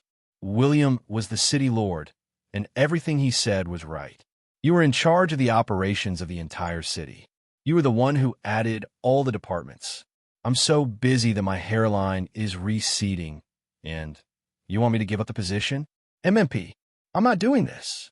William suddenly coughed in anger. Uncle, I'm doing this for your own good. Many people are eyeing the position of deputy city lord. You have a very heavy responsibility. If you don't work hard enough, I can only ask you to give up the position. I believe that you understand what I mean. Don't blame me for being too harsh. These are 10 drops of life potion. Use them to increase your hair volume. Your hairstyle is not good enough. If outsiders see it, they will think that I'm using underage child labor. They might even report me to the Empire's Guild. Go and make the arrangements. Increase the number of teachers in both academies by 500. Every year, there will be an increase of 100,000 new students. If there are teachers, I'll teach. If not, I can afford to pay for the teachers. Oh yes, tell Odom not to waste the materials that I gave him. I risked my life to get them. Lautner was scolded by William. He was given a red date and a large number of missions. Lautner was confused. He could only nod in bewilderment. He turned around and left the city lord's mansion. He continued to work on his position as the deputy city lord. He had heard that many people were vying for the position of the city lord. Someone might have reported him to William and said bad things about him. That was the reason why William was angry with him. Gosh, he felt a sense of urgency. William watched Lautner leave. He yawned again and sat on a chair in front of the fence. He supported his chin with his hands and looked at the sky in anticipation. He wondered when would Moose come back. He had just broken through to the sage level. Why was there no news of him even after a few months? Speaking of which, where was the origin of mana? Since the awakening of magic was caused by that place, could he take the opportunity to reap some benefits? Sigh, I'm taking it for granted. Perhaps it's a forbidden place like the River of Time and the Styx River. William sighed. He glanced at his little brother, who had mastered non-physical rules. It was yesterday. He had grown. Yes, the moment he woke up yesterday, he suddenly realized he had become an adult. At that moment, his emotions surged, and he was extremely excited. He could not wait to test his little brother to see if he could regain his former glory. It was a pity. Not only was Annie on a mission at the outpost, but she was also underage, cough, cough, cough. Although it was okay for a female elf to be underage, he was not that kind of person. Hence, he thought of his little goddess. But she was also not around. He suddenly discovered a problem. He did not know if it was because he was too handsome, but he realized that ordinary people could not attract his little brother's interest. The little brother had no reaction. Gosh, do I have to wear female clothes and look at myself in the mirror? When William had this thought, he felt a chill down his spine. He hurriedly banished this idea from his mind. Molly, when will you come back? I really want to. William leaned on the railing like a small animal in heat in spring. He swayed back and forth. Swish! A figure appeared behind him. The prince did not notice it at all. He was still mumbling to himself. Subsequently, the expression of the woman behind him gradually darkened. Then he slowly squinted his eyes. She grabbed his ear and lifted him up. The prince felt a familiar aura. He looked happy, but he gritted his teeth and begged for mercy. It's painful. Be gentle. Oh, you're just an adult half-elf. Do you really think that you've matured? Moses expressionlessly glanced at his groin. The prince gulped. He had just become an adult, so his groin was not very good. To be precise, he had not matured very well. But before William could shake his head, Moses winked at him, patted his little face, and said, Come, tell me. If you've really matured, I'll take you to meet some rich young ladies. You don't know. I have many sisters waiting for you to become an adult. They want to get intimate with you. They even told me that if I were to seal you up and bring them along, these little bitches would at least give me 2 divine artifacts. That's right, don't look at me like that. You're worth 2 divine artifacts. If we auction you off, I can even get 3 divine weapons. I'm tempted. William inhaled a breath of cold air. Gosh, the heavens were merciful. He had just sold a few kings of darkness, and he was going to be sold as an adult? What did he have to experience? Rich lady's happy fire? Rich lady's happy ball? Rich lady's happy nail? Rich lady's chilly whip? His Royal Highness sucked in a breath of cold air and hurriedly smiled. He held Moses' arm tightly and shook it. I was wrong. I was just talking nonsense. By the way, have you already stepped into the saint realm? Yes. He had definitely attained the sage state. In terms of strength, he had once again crushed William. William knew it. Not only were you an all-round mage sage, but you were also a close combat mage sage. Moses rolled her eyes and returned to the living room. She sat on a chair and poured herself a cup of tea. She casually replied, Of course. I spent a month to attain the sage state. In the remaining 2 months, I visited some old friends. You have no idea that you're very famous in the circle of goddesses. Mo was wearing an exquisite white robe, her alluring long legs slightly exposed, giving off an extremely seductive feeling. But no matter how one looked at her tone, it sounded like she was angry that her little boyfriend might be snatched away.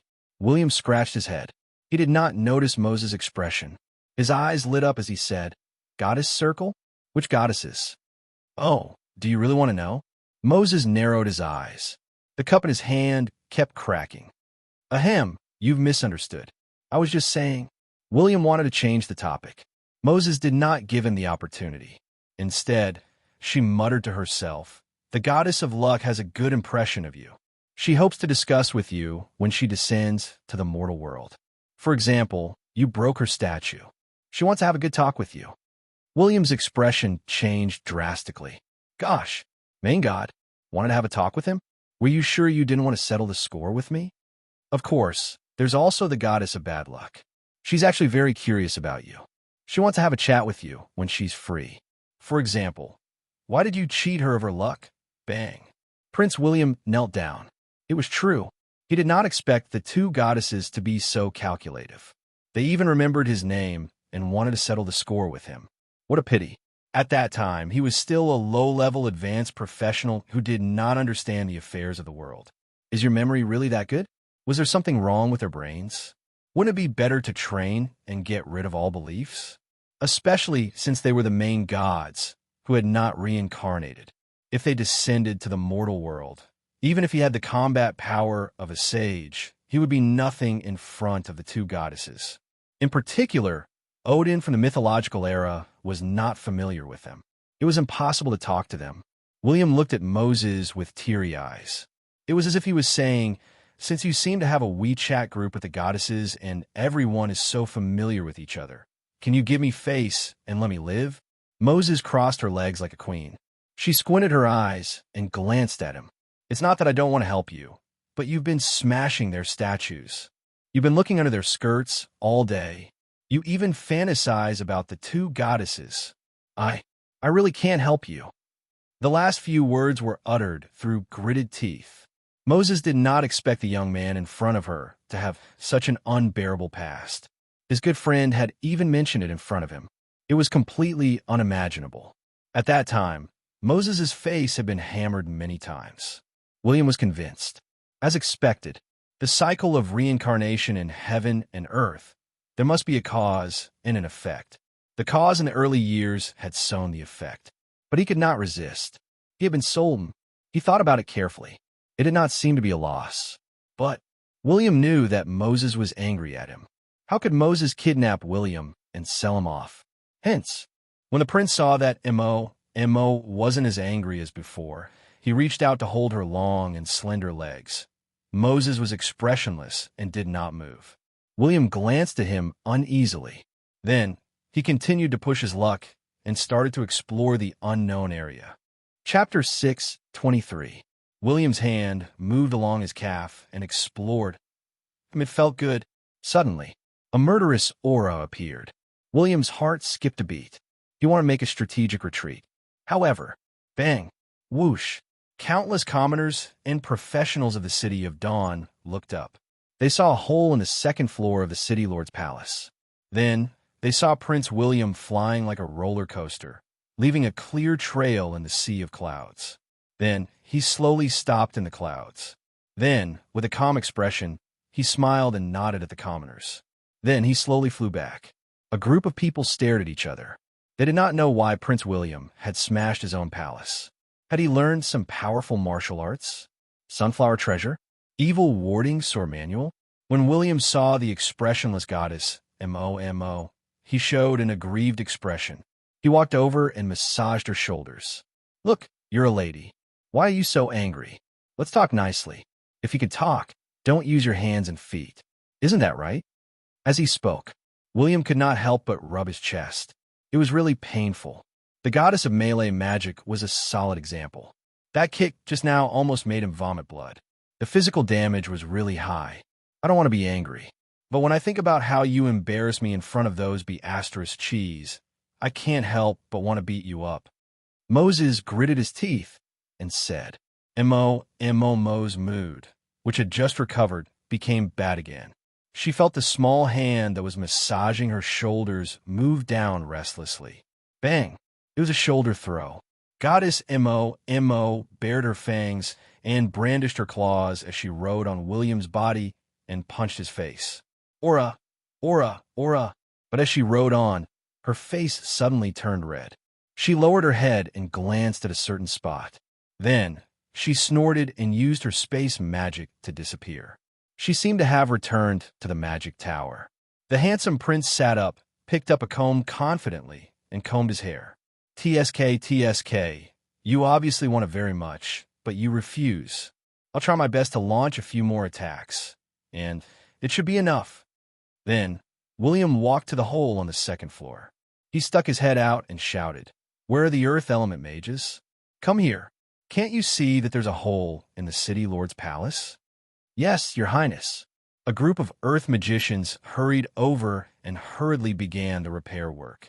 As for what he wanted to do now, of course, it was to change into handsome clothes and run to the magic tower to continue flirting.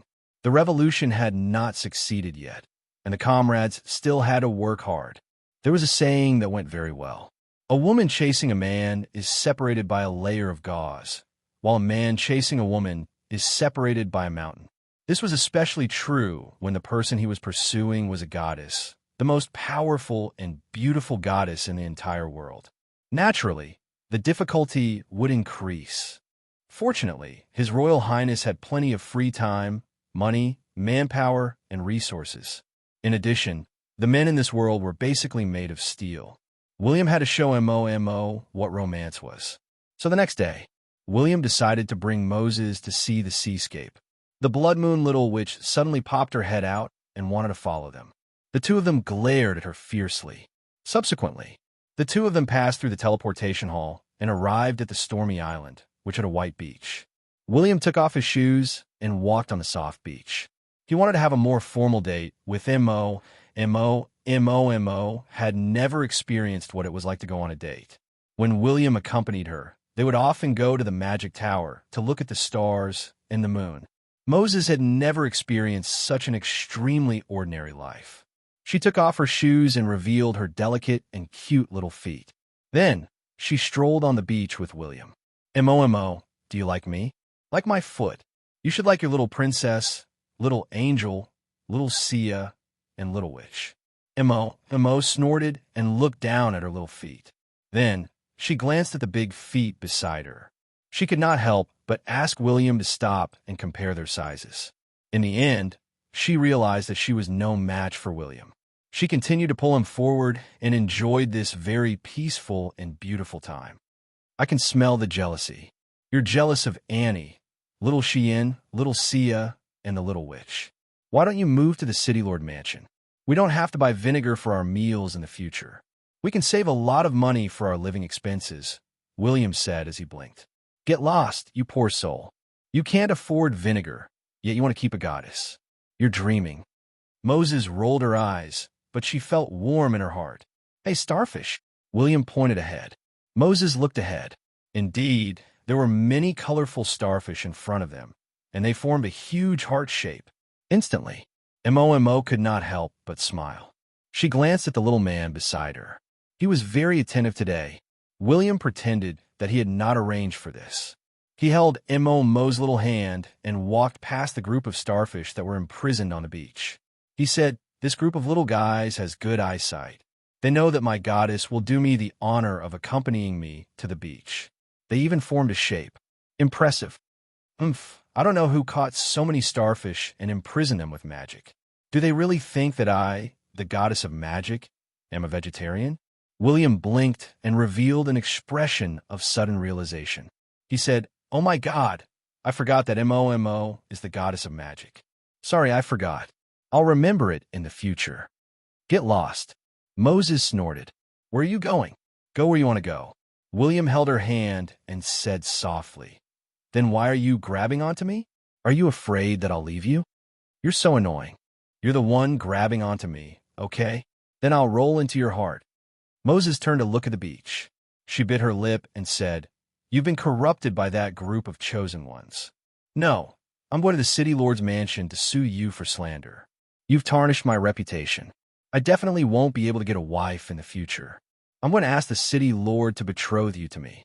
William shook his head righteously. You're so annoying. I'm not an immortal. I'm definitely immortal. But no matter how annoying I am, I'm only annoying you. Do you like it? William shamelessly leaned closer and asked. Moses rolled her eyes. She was about to let go of his hand and leave when an exquisite white magical yacht suddenly appeared by the sea ahead. William immediately pulled her onto the boat. He said thoughtfully, I wonder which rich tycoon is so rich to throw a magical boat everywhere. But since I picked it up, it's mine. The sun is shining brightly today, and there are no clouds in the sky. I'll bring you to see the beautiful scenery of the sea.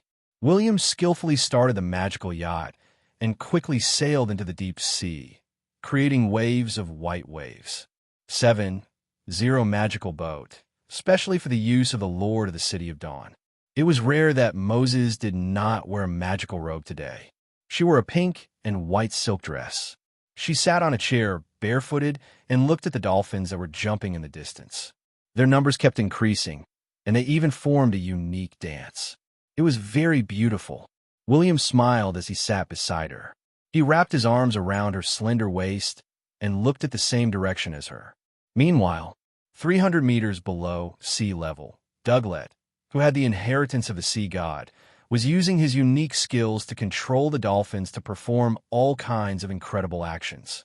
And after the dolphins disappeared, countless flying fishes flew from the side of the yacht and leaped up at the same time.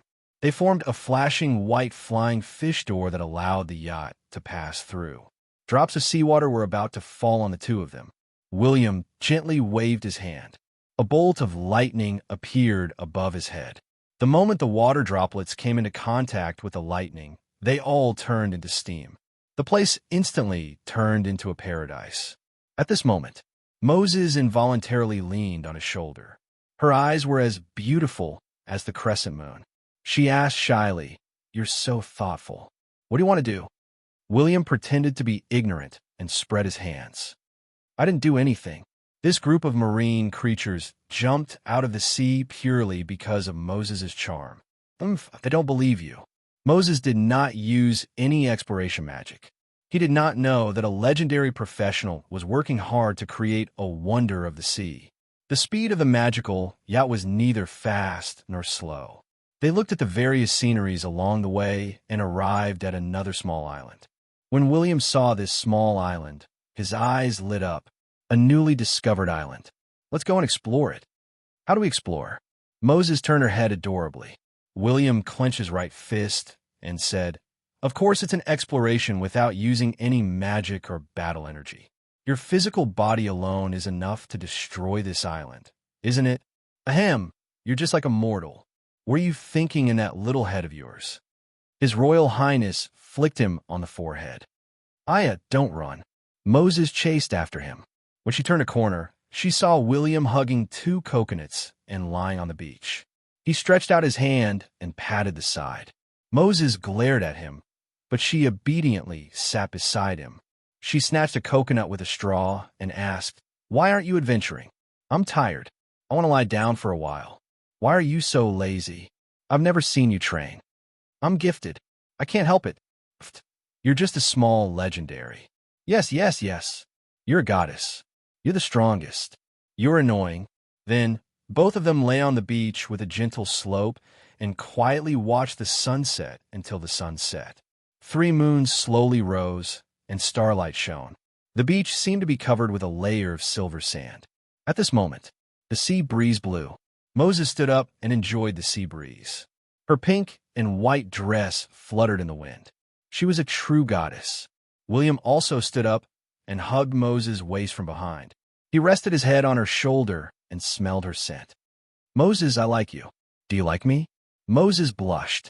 She looked at the starlight in the sky and nodded subtly. The prince gave her a light peck on the side of her face and then hugged her by the waist. Moses hugged his neck and closed her eyes tightly. Her long eyelashes trembled slightly. Then, they walked into the small tree house in the center of the island. Moses was gently placed on the soft bed. Her dress was slowly taken off, layer by layer, until there was nothing covering her body. At this moment, she finally opened her eyes and looked at the man in front of her. She softly said, Love me. Love you. William slowly leaned forward and kissed her lips. At this moment, time stopped. She could not breathe. Chapter 6:24. William had a bitter look on his face. My Pope, you're so arrogant that the reincarnated gods are embarrassed. How will they stand with us? William wanted to explain. Again, I don't dare to. They're sages, and I'm just a small legendary. Lancelot shrugged and said earnestly, I'm just telling you not to interact with them. Their revenge against the dark creatures is too twisted. You won't learn from them. Molly came out of the house and stretched lazily. She looked at the bright sunlight above her head and sighed. This feeling is so comfortable. It's so different, because there were many fish of the light element swimming happily in the magic power pool. If he stayed any longer, he would be reincarnated as a skeleton soldier. Moses frowned and put on her pink dress. She smiled and patted William's shoulder. Forget it. You haven't developed well. Take a rest and come back at night. But the Pope of Light had enough influence to suppress them. William's expression changed, and he immediately knelt down. But it was not easy to get a large group of sages to attend the meeting and ensure that they would not cause trouble. The door closed. It was definitely a grand meeting. The Viscount of Light glanced at him in surprise. The Pope is indeed in the temple, but why are you looking for him? What are you looking at? Why did you come back from the dark world? Go back and wait. You're not allowed to come back until you become a legendary. In his previous life, he had not participated in the meeting, but he could roughly understand the contents of the meeting. Don't lie. Tell me the truth. Are you like them? Towards the three dark lords. TSK. Lancelot's eyes flashed with fear as he shook his head. He did not dare to believe that his good brother was that kind of person. William's mouth twitched. Was it because he did not control himself? He could not escape from the clutches of the goddess of magic. It's none of your business. William raised his eyebrows. Do you know what I have? Meanwhile, ding-dong. Suddenly, the light in his eyes disappeared into the darkness. William stood up and shrugged. When did I say that I can't do it? I'll come. The girlish Molly was in a daze in the magic tower. She seemed to be in deep thought, and the little witch was dumbfounded. City Lord residence. However, there was a saying that was very good. Something's not right. The Holy Father of Light frowned. That shouldn't be the case. The divine aura on your body is too strong, especially when you can perform God's descent. Your so-called protector is obviously a thunder god. But Lautner suddenly snatched the rice bowl, turned around, and ran. Hence, when he received the news, he immediately went to the Temple of Light. How could he wait in the City of Dawn for 7 days? No one had expected the idle lord of the City of Dawn to arrive so quickly. She looked back and smiled. My little man, do you want to say that you can't do it? However, the Supreme Pontiff of Light glanced at him and said, if you have something good, just hide it in your heart. Don't even think about it. Experts at the level of the Lord God are not the same as saints. It is very likely that they will be able to deduce what treasures you have based on what you imagine in your heart, especially the water of life. This thing is too nourishing. Your body is too weak and can't handle it. Come, Uncle will help you drink it. The Supreme Pontiff of Light waved his hand and said, don't speak. Your mother is the reincarnation of the Lord God, so she should be the goddess of life. Your father is the reincarnation of the Lord God, so he should be the god of fate or some other god. He revealed a pitiful expression, and people could not help but feel pity for him. Prince William's face darkened, because all of them were the strongest experts on the gods' continent. Before the race war broke out, if they could have a peaceful discussion and cooperate with each other, the City of Dawn would reap great benefits. This situation brought a lot of danger to many sages, but they did not dare to attack directly. They were afraid that they would provoke the Lord God behind the gods. A man with the halo of a protagonist would always turn the tables at the most critical moment. It was the meeting of all sages. William was an Advent sage. Even though he had not become a sage, he had the combat power to capture 3 lords of darkness. His strength was extremely exaggerated, even among many sages. Naturally, he was qualified to be invited to the meeting of all sages. This meeting was the upgraded version of the legendary meeting. It was the meeting that Prince William had seen in the Sky City. The legendary representatives of the major forces of the seven continents would come to the Sky City to discuss and determine the future of the continents. But Prince William did not say something. There were many problems with the reason why his fate could not be predicted. William rolled his eyes weakly and said, "Can a priest nourish the kidneys? My body is invincible below the sages. Do you understand? Stay at the side and don't disturb my meal." In addition, he had the attributes panel of an NPC. When all these factors were combined, they formed a dense fog that even the Lord God could not dispel. William could not help but take out the world tree to show off. "Look at my looks. Damn, he was a bootlicker, but he had to suffer such treatment. It was too cruel." The Supreme Pontiff of Light raised his eyebrows thoughtfully and said, "Your father's methods are not bad, especially after the meeting of all sages. Bang! Even if I can't predict your fate, I know why you are here."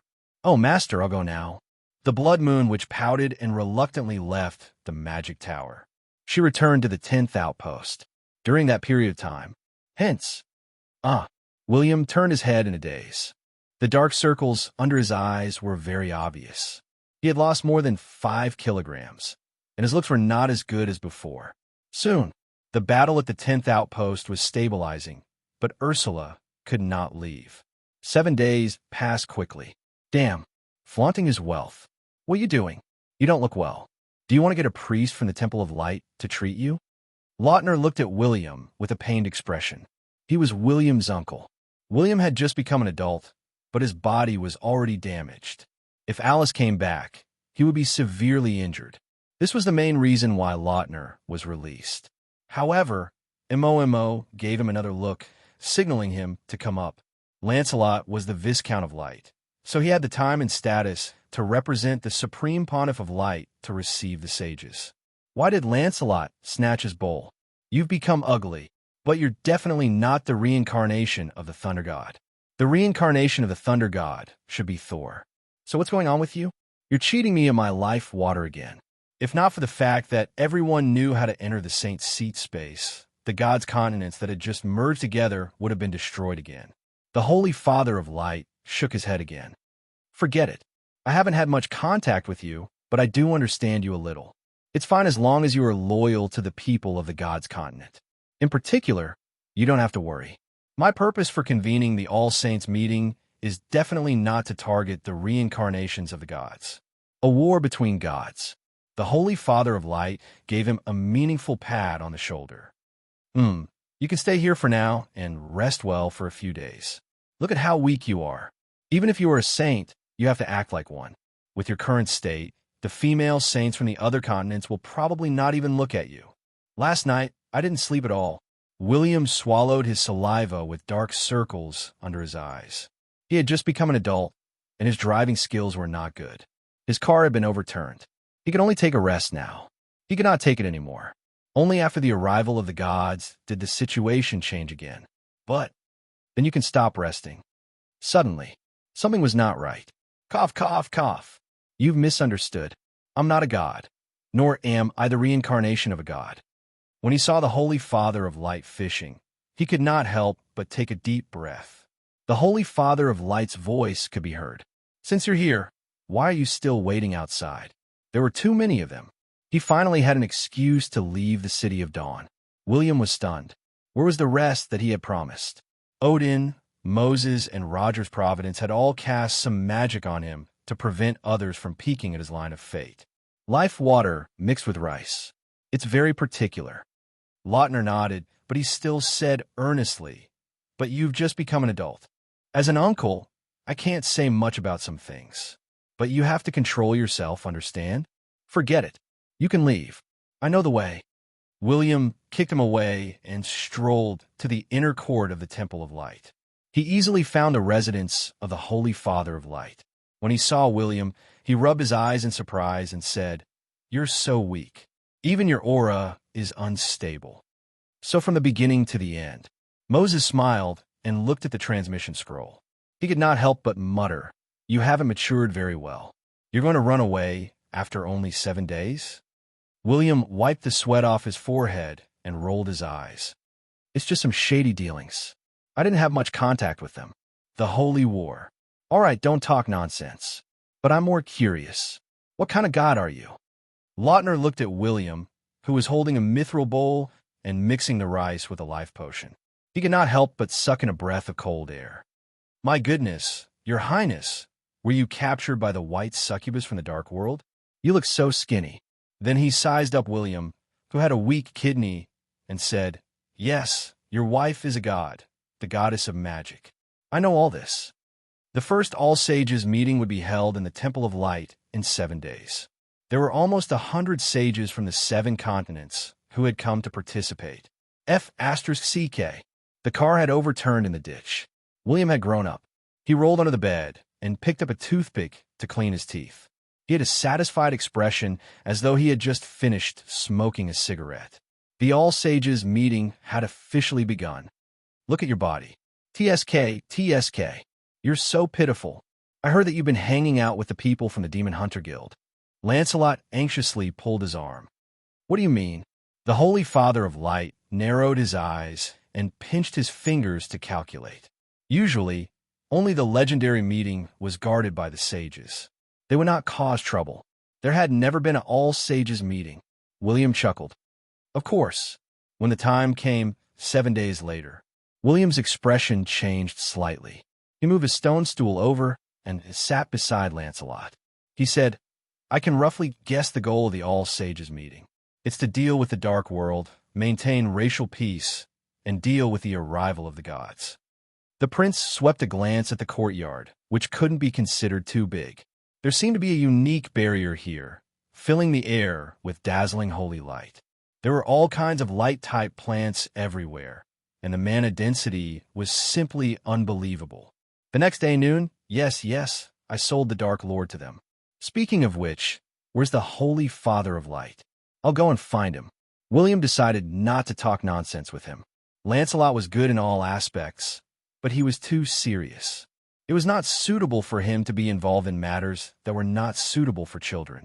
William expressionlessly flung Lancelot's hand away from his shoulder. The Holy Father of Light did not care. He turned and strode away. It was as though he wanted to let Lancelot have a good rest. Rogers would probably return to participate in the mixed doubles. He was stunned. William's fate line was hidden in a dense fog, and it was impossible to predict it. Even if he tried his best to clear the fog, there would be more fog blocking his vision. But just as he was hesitating if he should enter the small courtyard, if he did not leave now, when would he? The sage's attitude towards the gods had become even worse. But the gods were about to arrive. Some gods had already descended and had their own forces. For example, oh no, William touched his head. He followed the voice and arrived at his backyard. William heaved a sigh of relief. The Holy Father of Light had attained the supreme sage realm earlier than in William's previous life. He had also started the All-Sages meeting earlier. Next, even if I summon the reincarnations of the gods, I won't be too forceful. Do you think I don't know this? The Holy Father of Light looked at him and said in a deep voice, I didn't say that I'm going to deal with the reincarnations of the gods. If I wanted to deal with them, I would have cooperated with the god-slaying temple to kill them. Yes, after the All-Sages meeting, I'll summon the reincarnations of the gods and let them choose a side. But I'd like to ask, do the reincarnations of the gods and the gods who have not destroyed the gods' continent have to be targeted? If there's something, bring me there. Of course, you know that my family structure is quite complicated. With me here, they will definitely choose to support the sages and prevent the reincarnations of the gods from controlling the continent. But the other reincarnations of the gods. The prince glanced at the voice transmission scroll and immediately stood up. He rushed to the teleportation hall in a hurry. After sending a message to Moses, he entered without looking back. I didn't. If you don't believe me, you can ask Jerrig and the rest. That was right. The city of dawn. Hence, some of the ordinary gods who had descended were in a bad situation. The message in William's transmission scroll was that the Holy Father of Light had personally invited him to participate in the All-Sages meeting. As more and more saints arrived, one by one. Chapter 625. Burp, William burped. He rubbed his belly comfortably.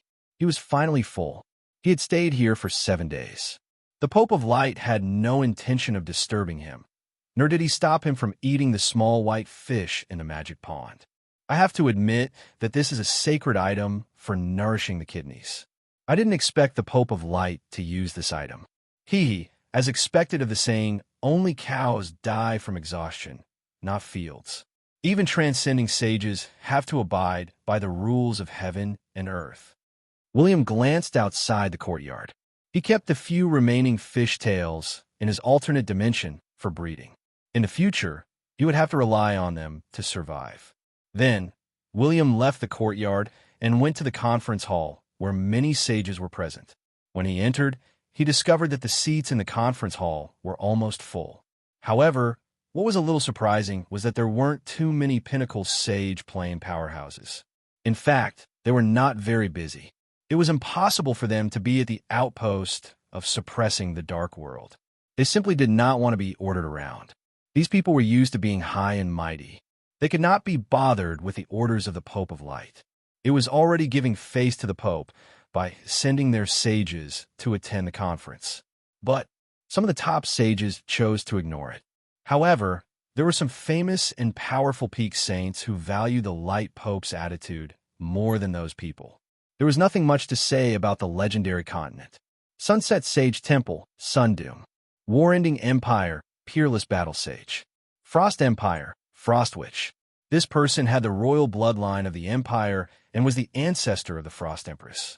When these three arrived, they attracted the attention of many sages. All of them walked up to them in an attempt to befriend them. Other than that, Qualls of the Holy Empire of the Middle Land was wearing scarlet armor. When he sat in his seat, the two sages beside him did not dare to speak to him. Qualls was the strongest and most belligerent person in the Middle Land. He entered the sage realm at the end of the Second Era and almost became one of the 12 sages of the human race. But even if he was not chosen, he was still a top sage who had crushed many sages and destroyed countless dark creatures. Even in the later stages of the game, when some hidden top sages of the Middle Land appeared, they were still no match for Qualls. Finally, some sages locked their gazes on a mage. Rune Mage. After the continents of the gods had split apart, this old fellow, who had lived for countless years, had named the continent that had split apart with his own power, which was the current runic continent. The holy land of rune magic that he had created was a paradise for countless magic professionals on the rune continent. Every single one of them felt proud to be able to enter the holy land of rune magic. The number of holy seat powerhouses under his command was even greater than that of the human empire. If the human empire of the rune continent was the heavens, then the rune magic holy land was the heavenly court that controlled the heavens. On the surface, the taboo spell masters were also one of them. The rune mages are here, and the saints from the other continents are still not giving face to the Pope of Light. I think they're done for. Some of the saints gasped. He's a pinnacle saint after all. He definitely has a temper. Back then, the Holy Pope of Light said so many harsh words. It must have made some people unhappy. But that's a super saint. Actually, I also realized that since the rune mages are here, it seems to be enough to prove the current status of the Holy Father of Light. The two human saints were discussing via voice transmission. As early as the Third Era, people have been discussing who was the strongest person in the entire God's continent. There was no doubt that only a few people could be on the list, because there were strong and weak saints among the pinnacle saints. But the experts who could be on the list, without exception, were all famous existences. For example, the unparalleled battle saints, the rune mages, Qualls, the angel of the winged race, and the holy armor class 1 experts of the divine slaying temple. As for the elves, they did too well. No one knew who would be selected. On the surface, the strongest expert of the elves was only an advanced sage. This was not realistic at all, but no one could produce any evidence. The dwarfs? Well, it was not that they hid too well, but that they were too arrogant. The pinnacle saints were basically all dead. Even if there were some, they were very few and could not be ranked. Not to mention the elves and dwarfs. Among the experts on the list, the rune mages and the angel of the winged race, Michael, were the most famous. It was believed that even if the true, strongest expert were to appear in the future, it would be from these two. But at that time, the Holy Father of Light was far from being ranked. But no one would have thought that he would become the true number one in the world. William had found his place. He was like an obedient rabbit, trying not to attract attention. He sprawled on the table and nibbled on his carrot. He was a sage. He was not weak, and he had captured 3 Lords of Darkness. But compared to this group of big shots, he would die. The other party could kill him with a single finger. But it was a little interesting. He was the only legend in the entire conference hall. His aura was too unique, and he was very handsome. It was impossible not to attract attention. At this moment, many female sages were throwing glances at him, as if they wanted to keep him as their mistresses. There would be many heiress balls of joy. Prince William could only stare fixedly at his table. He did not dare to look anywhere else. The Temple of Light was too dangerous. He wanted to go to the dark world. Don't ask him why he did not return to the City of Dawn. But just when Prince William was feeling pressured, under Lancelot's lead, a winged holy angel slowly walked into the conference hall. Many sages in the conference hall quietened down, because it was not an ordinary holy angel. It was the strongest of the winged people, Migolo, who was also known as the Divine Angel. This was the second holy angel to appear in the history of the winged tribe. He was a super antique who had lived for many years.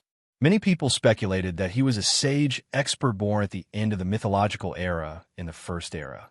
William was at the back of the conference hall. He could not help but gulp. There were too many big shots, and their auras were too strong. He was a little dazed. Sigh. If I had known, I wouldn't have come. Lancelot could have introduced the contents of the conference to me. Prince William was a little conflicted. Hey, William turned his head in shock and glanced at the bastard who had patted his shoulder. Gosh, you scare me. Why are you here? Jared touched his hair and laughed. I'm here to attend a conference on behalf of our president. The Holy Emperor of Light personally informed us. Your president is so mischievous. Why didn't he attend? William shrugged his shoulders. It's all right. If you hadn't sold a new pet to my mentor, he would have come long ago. Gosh, you're blaming me?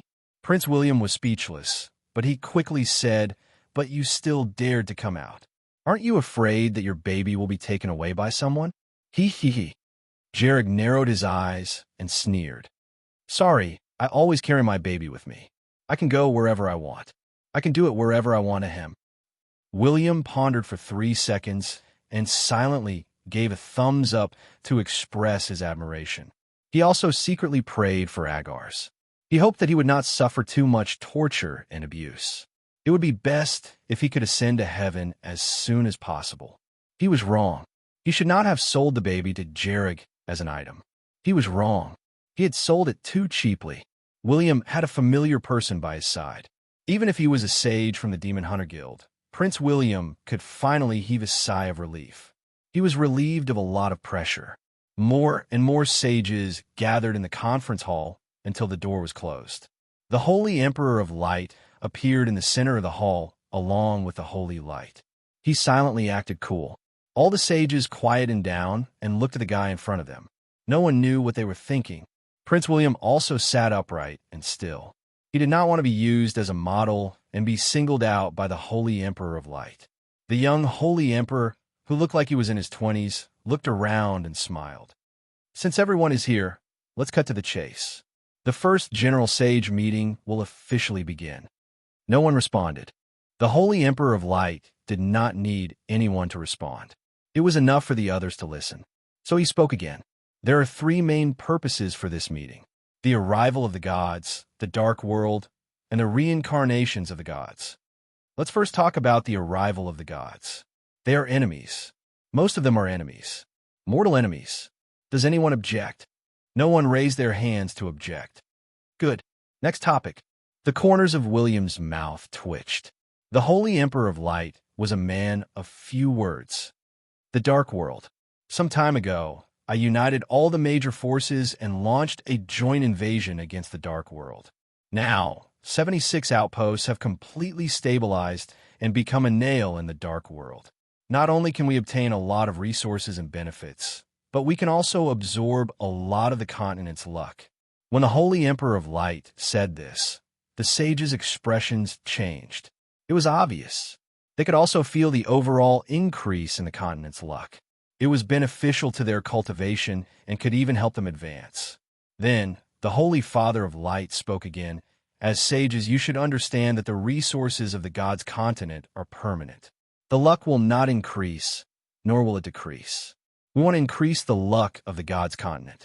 We want more professionals to become sages, and even more sages to step into the supreme saint realm. At this moment, he laughed lightly. Then we can only reduce the enemy's luck. And who has the most luck? The sages, the lords of darkness, and the gods. Every time these existences die, their own luck will feed back to the continent. If their bodies are not refined into equipment, they will gradually dissipate over the endless years. Countless magic power will return to the heaven and earth, forming new resources and mineral veins. These are all ways to increase the luck. But even if the history of the mythological era is erased, you should more or less understand that during that era, the dark world and the continent often fought, right? Some of the sages nodded thoughtfully. That's because whoever wins will obtain an enormous amount of karmic luck, and it will bring them even greater benefits.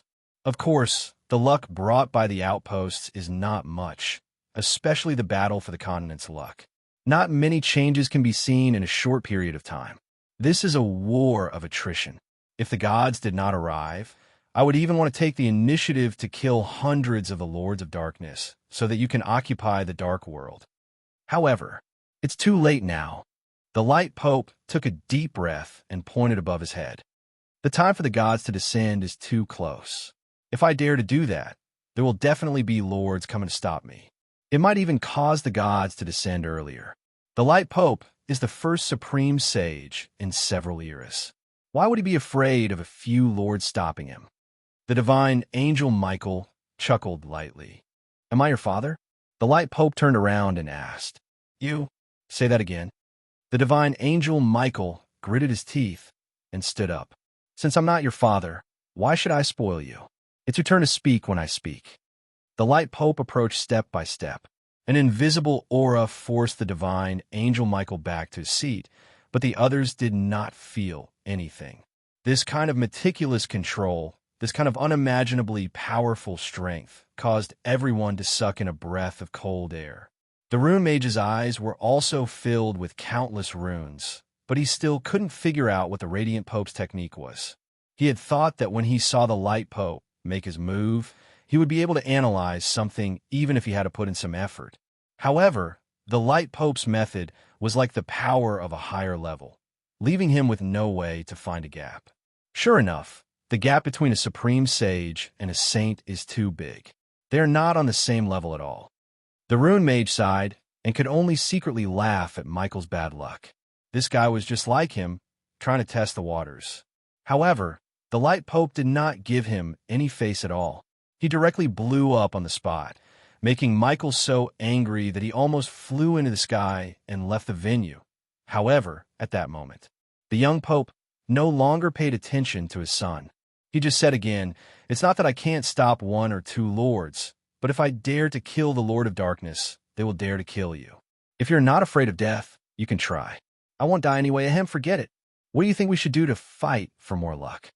Rope in the reincarnated gods and use the gods to fight against the gods.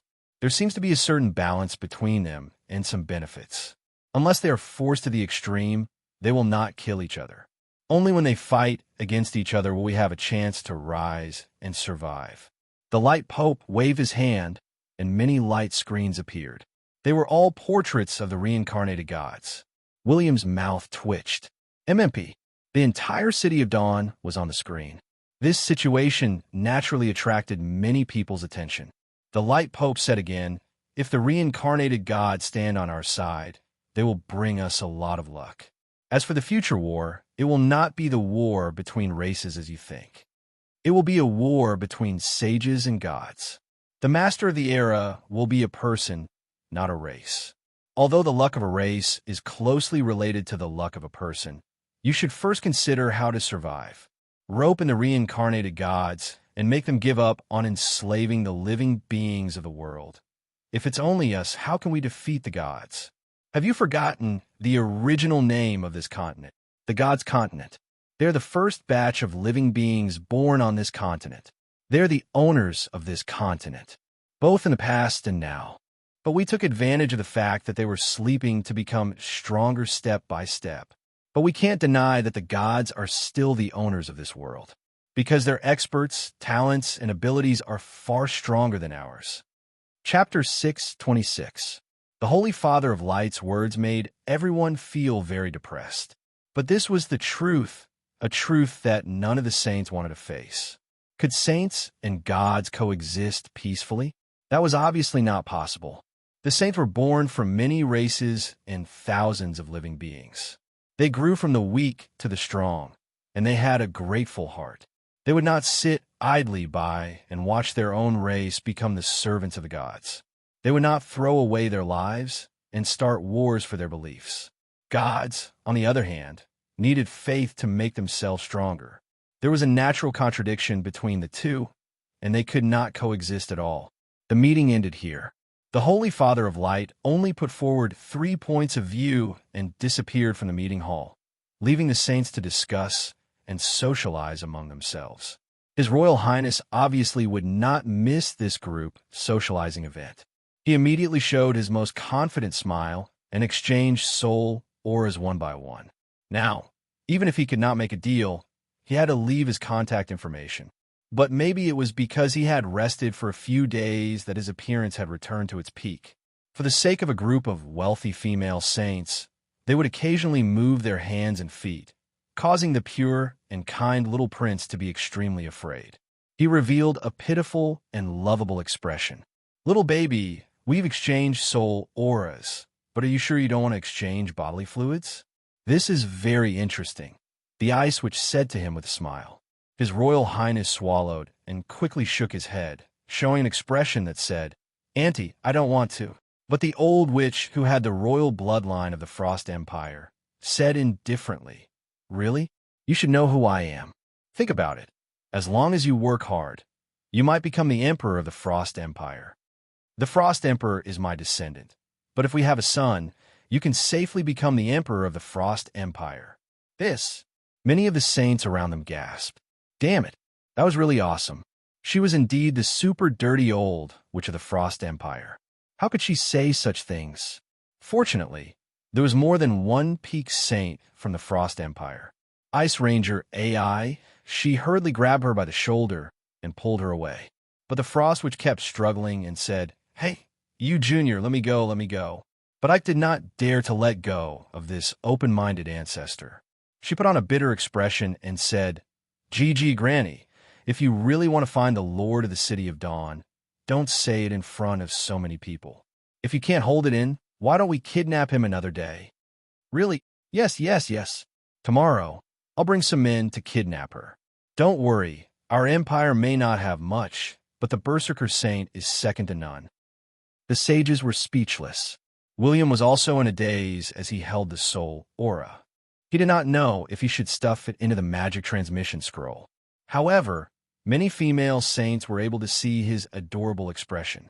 As such, the effect of the goddess of beauty was even stronger. He was once again surrounded by so many saints that not even a drop of water could trickle through. He did not even have the chance to escape. However, His Royal Highness seemed to have suffered all sorts of sexual harassment, but when the male saints saw it, they all gritted their teeth in hatred and fantasized that the person inside was not them. "Sure, where's this rascal from? I'll find a chance to meet him. If he can enter, he should be an Advent Sage, right? But who is Advent Sage? Who is he with? Can he afford to waste the time of so many seniors?" Someone asked angrily. "He's the son of Roger's divine luck. They have a family of 3. 2 of them are the reincarnations of gods, and they're both lords. He can use the god's descent skill. His Thunder Guardian seems to be a god too. Oh, he captured 3 lords of darkness at the outpost a few days ago. Why don't you go and beat him up to vent your anger? Oh, goodbye." The saint who had asked the question was expressionless. What kind of family was this? What kind of background did they have? and they had captured 3 lords of darkness? Damn, they could not afford to offend them, but they could hide from them. To be honest, most of the saints present had not heard of the Lord of the City of Dawn. This was because at their status and age, they would either stay at home and watch movies. They would either stay in seclusion at home or go on a long journey. They would usually not care too much about major events. Even if it was a mission at the outpost, there would be someone else to take care of it. Many saints would not pay attention to the outside world. They would focus on reading novels about the Knights of Holy Light. Hence, William became the center of attention in the conference hall. He had transformed into the most attractive saint. Even the rune mage and qualls could not compare to him. However, this was also because these 2 experts were too powerful. Ordinary people did not dare to approach them. After the Pope of Light left, the god Angel Michael did not stay any longer. He transformed into a ray of white light and disappeared in front of the saints. He did not want to embarrass himself by staying here. There were not many female saints. They were all surrounding Prince William. It was impossible for him not to become famous. Hey, don't touch me. Let go, sister, let go. It will break. It will really break. Ahem. Can you not pull my pants? I'm screaming. I'm really screaming. I'm an Advent sage. I'm an Advent sage. My cute little elf, scream. The louder you scream, the more excited I am. Let me tell you, even if you scream until your throat breaks, no one will come to save you. An advanced sage female warrior laughed. She even showed off her steel-like biceps. This sentence was not hidden from outsiders. Many of the male saints who were chatting around heard this and instantly felt sour. What was going on? Usually, it was fine when we met. All of you acted like goddesses and were extremely arrogant. I would say 3 sentences to you, and you would reply with a But today, in front of this be asterisk starred, all of you had changed your attitude? Crap. Did they not take the other saints seriously? Especially those women who already have men. Are you sure this is a good thing to do? Oh, if the men and their families were all little legends, then forget it. But although they were muttering in their hearts, there were so many female saints present. If anyone dared to tell others about what had happened, it could be said that no matter if he was at the peak of the sage level or something else, he would not be able to live. But William's face darkened. He did not expect his god of looks to be so effective. Or rather, he'd faced very few saints in the past, and he'd faced very few female saints. In addition, most of the women he met were not as powerful as him. For example, when he was strolling in the city, even if the noble ladies were stunned by him, they would not rush to do anything to him. In the end, something unexpected had happened. This group of rich women who were like wolves and tigers were really hard to deal with. Otherwise, that was right. William's eyes lit up. He was an adult and had completely transformed from a boy to a man. His god of looks had reached its peak. In the end, William did not know how many hours had passed. Only when the All Saints meeting was completely over did he stagger to Lancelot's side. With a dazed expression, he pulled up his almost torn pants and wiped the lipstick on his face with his right hand. Only then did he mutter, "I feel like I'm going to become the public enemy. Don't worry, I have this." "What is it?" "This crystal box is quite exquisite." "Is it for me?" William rubbed his hands excitedly.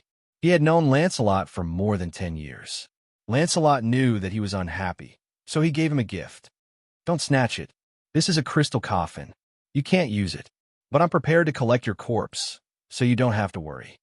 William tilted his head and revealed a deadpan expression. Swish! He unsheathed his heaven-suppressing blade. "Gosh, I'm being kind. Why did you slash me?" "Teacher, save me. The City of Dawn is going to war with the Temple of Light. Your beloved baby is going to die." Lancelot threw away the crystal box and turned to run. He left the Temple of Light. William returned to the City of Dawn with a bountiful harvest. The greatest benefit of this meeting was that he had exchanged soul auras with the sage experts. In the future, he could use the transmission scroll to communicate with them from time to time. And the other benefit was that he had obtained 3 points of Continental Legend points and an orange quality title. The 3 points of Legend points could be used on the God's continent. As for the orange quality title, it was also the best title that could be obtained. But when William looked at these two things, there were three letters in his heart that he wanted to say. Prince Charming, legend points +3. Restriction: this legend can only be used on the gods' continent. Description: it is rumored that there is a handsome man in the world. His first smile can topple a city, his second smile can topple a nation, and his third smile can topple the hearts of thousands of women. The male creature is called William Blackleaf. He is the Lord of the City of Dawn, a top lord. Description: the charm of the Lord of the City of Dawn has surpassed the heavens. He is famous in the gods' continent. Countless women see him as their dream lover. They want to kidnap him and bring him back home. Description: during the first meeting of sages, many female sages express their admiration for the Lord of the City of Dawn. Description: friendly reminder: this legend point is reliable. If the description cannot be checked, it means that it is not widely spread. His Royal Highness fell in a deep thought. He knew that he was a man with absolute strength. His legendary status was clearly earned by his own hard strength. It was because he had captured the three Dark Lords. But when he participated in the meeting of sages, his continental legend points had become Prince Charming. Damn it. System, do you want to die? Strangling neck.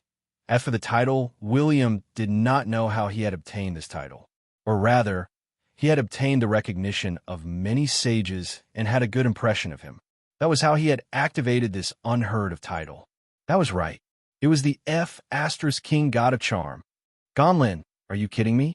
Isn't this a title that only a goddess should have? The God of Charm didn't exist in the mythological era. But system, you made it difficult for me to be a man. William gritted his teeth and clenched his fists. He took a deep look at the flashing orange title. It was worn. That was right. Although this title was not what he wanted, it did not give him the titles of God of War or God of Thunder. But the title of God of Charm was very effective. God of Charm, title requirement. More than 100 sages will have a good impression of you by 100+ points.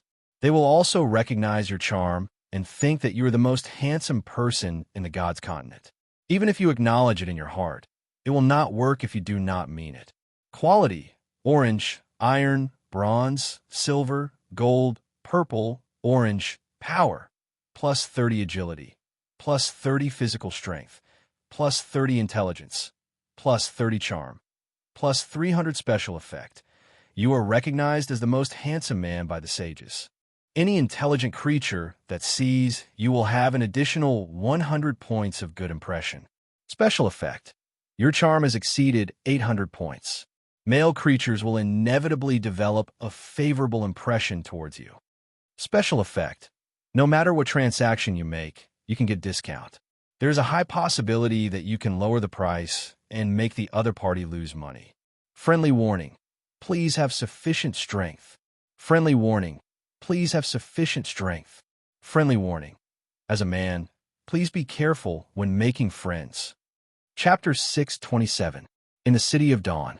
William once again lived a dark and blissful life. As the Lord of the City of Dawn had become a Prince Charming and the God of Charm, his attractiveness had improved greatly. Moses, who had a good impression of William, decided to let go of his reservations and chose to live with William in the City Lord's palace. Hence, in front of the alluring goddess Moses, William could only surrender again and again. If not for the light brand little fish in the magic source of the Yggdrasil. That name, it would probably be ruined by the training. Fortunately, outsiders would never be able to imagine how mesmerizing the shy little Murphy was after he put on his uniform under William's seduction, especially when he had the support of all types of magic. TSK. 6 words. William decided to die in bed. Time passed. Soon, 2 years had passed. William and Moses had become an old couple. They no longer stayed together all day and night. After William told his first wife about the secret of the Yggdrasil, Moses became interested in living on the Yggdrasil. She once again immersed herself in her training. To Moses, the mysterious world treasure, the Yggdrasil, was of great research value. If she could completely understand the origin power of the Yggdrasil, it would greatly improve her power. More importantly, Moses also told him that every world treasure had a corresponding power of the rules. For example, the gods of the mythological era were born with a certain power of the rules. When the world treasure was born, it did not become a god. Instead, it became a treasure. As such, suddenly, an idea popped into the prince's mind. That was, could the Yggdrasil be his? This idea was too exaggerated. For a moment, William couldn't believe it. Moses once again immersed herself in her training. William heaved a sigh of relief. He did not have to steal fish from the Temple of Light every few days. Otherwise, the Pope of Light would blacklist him. As for the past 2 years, Yi Zichen's expression changed. Besides spending half of his time in bed, William spent the other half wandering in the dark outpost. He also observed the deep sea tribe in the coastal area. The current city of Dawn was different. It was very powerful. After a year of continuous attacks by the sea beasts, the deep sea tribes stopped attacking the city of Dawn, but they didn't let the other coastal areas go. However, as a righteous city, how could the city of Dawn turn a blind eye to the rich bosses? As a result, the Dawn Navy's fleet was spread all over the Southwest Sea region to help defend against the frequent attacks of the deep sea races. Hence, this created a very troublesome situation. As long as the Dawn battleships helped to defend, the deep sea races would not attack. When the Dawn battleship left, they attacked again. That was a disgusting person. In the end, many coastal powers could only pinch their noses and hire the Dawn fleet to help guard the area. They paid the Dawn fleet a large sum of money every day to station the fleet in their coastal areas. TSK. This situation made William think of a dominating country in the 21st century. Of course, to prevent themselves from being controlled by the City of Dawn, they started to research their own warships. Some of them even bought the warships of the City of Dawn. However, the City of Dawn would still make a killing. 3 legendary battleships. Andrew, you have contributed greatly. William raised his eyebrows. He looked at the huge battleships that looked like aircraft carriers. He was overwhelmed with emotions. According to the current progress, the City of Dawn would have 12 legendary battleships in 10 years. It's all thanks to the resources provided by Prince William. Under normal circumstances, it would be good if we could build 8 or 9 battleships in 10 years. Would Enchanter Andrew smiled, but when he looked at the legendary battleships, his gaze was filled with pride. William patted his shoulder and took out a bottle filled with 30 drops of life potion. Nourish your body. Your hairstyle is very important. Yes, Prince William. Andrew was very touched. William looked at the 3 legendary battleships and could not help but murmur. The legendary battleships for aviation and navigation are equipped with 300 magic cannons and 300 heavy magical Gatling guns. The driving energy core requires 1,500 magical crystals, and the defensive energy core requires 3,000 crystals. The consumption of magical crystals seems very exaggerated, but 3,000 magical crystals can defend against the attacks of a legendary professional. This thing is like a walking super magic cannon. The battleship can carry a legion of 5,000 people on long journeys. It can also carry 8,000 people on short journeys. The hull of the battleship is made of legendary materials. Its defense is very strong. Even if a legendary professional can break the shield, it will take many attacks to deal effective damage to the battleship. William narrowed his eyes. With this great treasure, we will be invincible in naval battles. The warriors will also be able to avoid being slaughtered by legendary experts. In 10 years, the continents will be merged. If any bastard dares to be too impudent to the City of Dawn, we can destroy the enemy's navy. Then we can land from the sky and use a paratrooper attack to kill them. In particular, I have the blueprint of the floating fortress. If we combine the 2 blueprints, it will result in an even more powerful change. Yes, speed up the research of the enchanters. We have to combine the 2 blueprints as soon as possible. William patrolled the territory as per usual. He thought that he would be able to pass the 10 years peacefully until he became a sage. But obviously, someone was not willing to let him be so leisurely. Or rather, he was almost driven crazy by the deep sea people. this group of little bastards decided to get serious. Because just now, he suddenly received a message through his transmission scroll. Your Highness, Carrot Grand Duchy is under attack.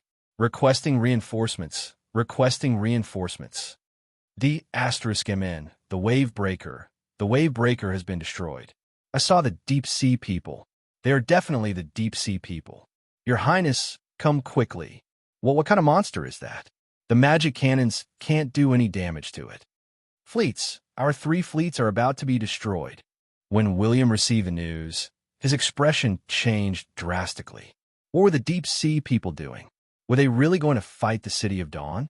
In just a few seconds, the transmission had been completed. William's epic professional told him that the 3 fleets of the City of Dawn were about to be destroyed. Damn, even if it was a legendary professional, that was right. He said it was a monster. He did not say it was a human. Could it be? Was it a sage monster reared by the deep sea people? William inhaled a breath of cold air. He no longer fantasized about the 3 fleets of the City of Dawn. The sage sea monsters attacked. Even the legendary fleets could not stop them. As a coastal country, the Grand Duchy of Carrot's capital was built on the edge of the ocean. At this time, it was estimated that countless sea monsters had rushed into the city and caused unimaginable destruction. No one knew how many civilians would die. The*MN, you're embarrassing me. Do you really think that you're invincible in the sea? William's expression changed. He immediately called Douglas over to see if he could use the teleportation portal. However, just as he had expected, the deep sea people had made thorough preparations for this attack. They had already figured out the location of the teleportation hall of Groot Grand Duchy. The moment they launched their attack, a legendary professional destroyed the teleportation hall so that no reinforcements could be sent. The strongest people in the Groot Grand Duchy were at most epic professions. However, with the recovery of mana, the number of epic professions had increased to 6, instead of just 1 or 2. But the deep sea people were unreasonable and had no regard for the rules. They had attacked the sage-level sea monsters and legendary professionals. Groot Grand Duchy had no chance of survival. Basically, it could be announced that Groot Grand Duchy had fallen. The 3 fleets of the City of Dawn, which had a total of 60,000 soldiers, had no hope of survival. Prince William, are we still going? Douglas looked at William cautiously.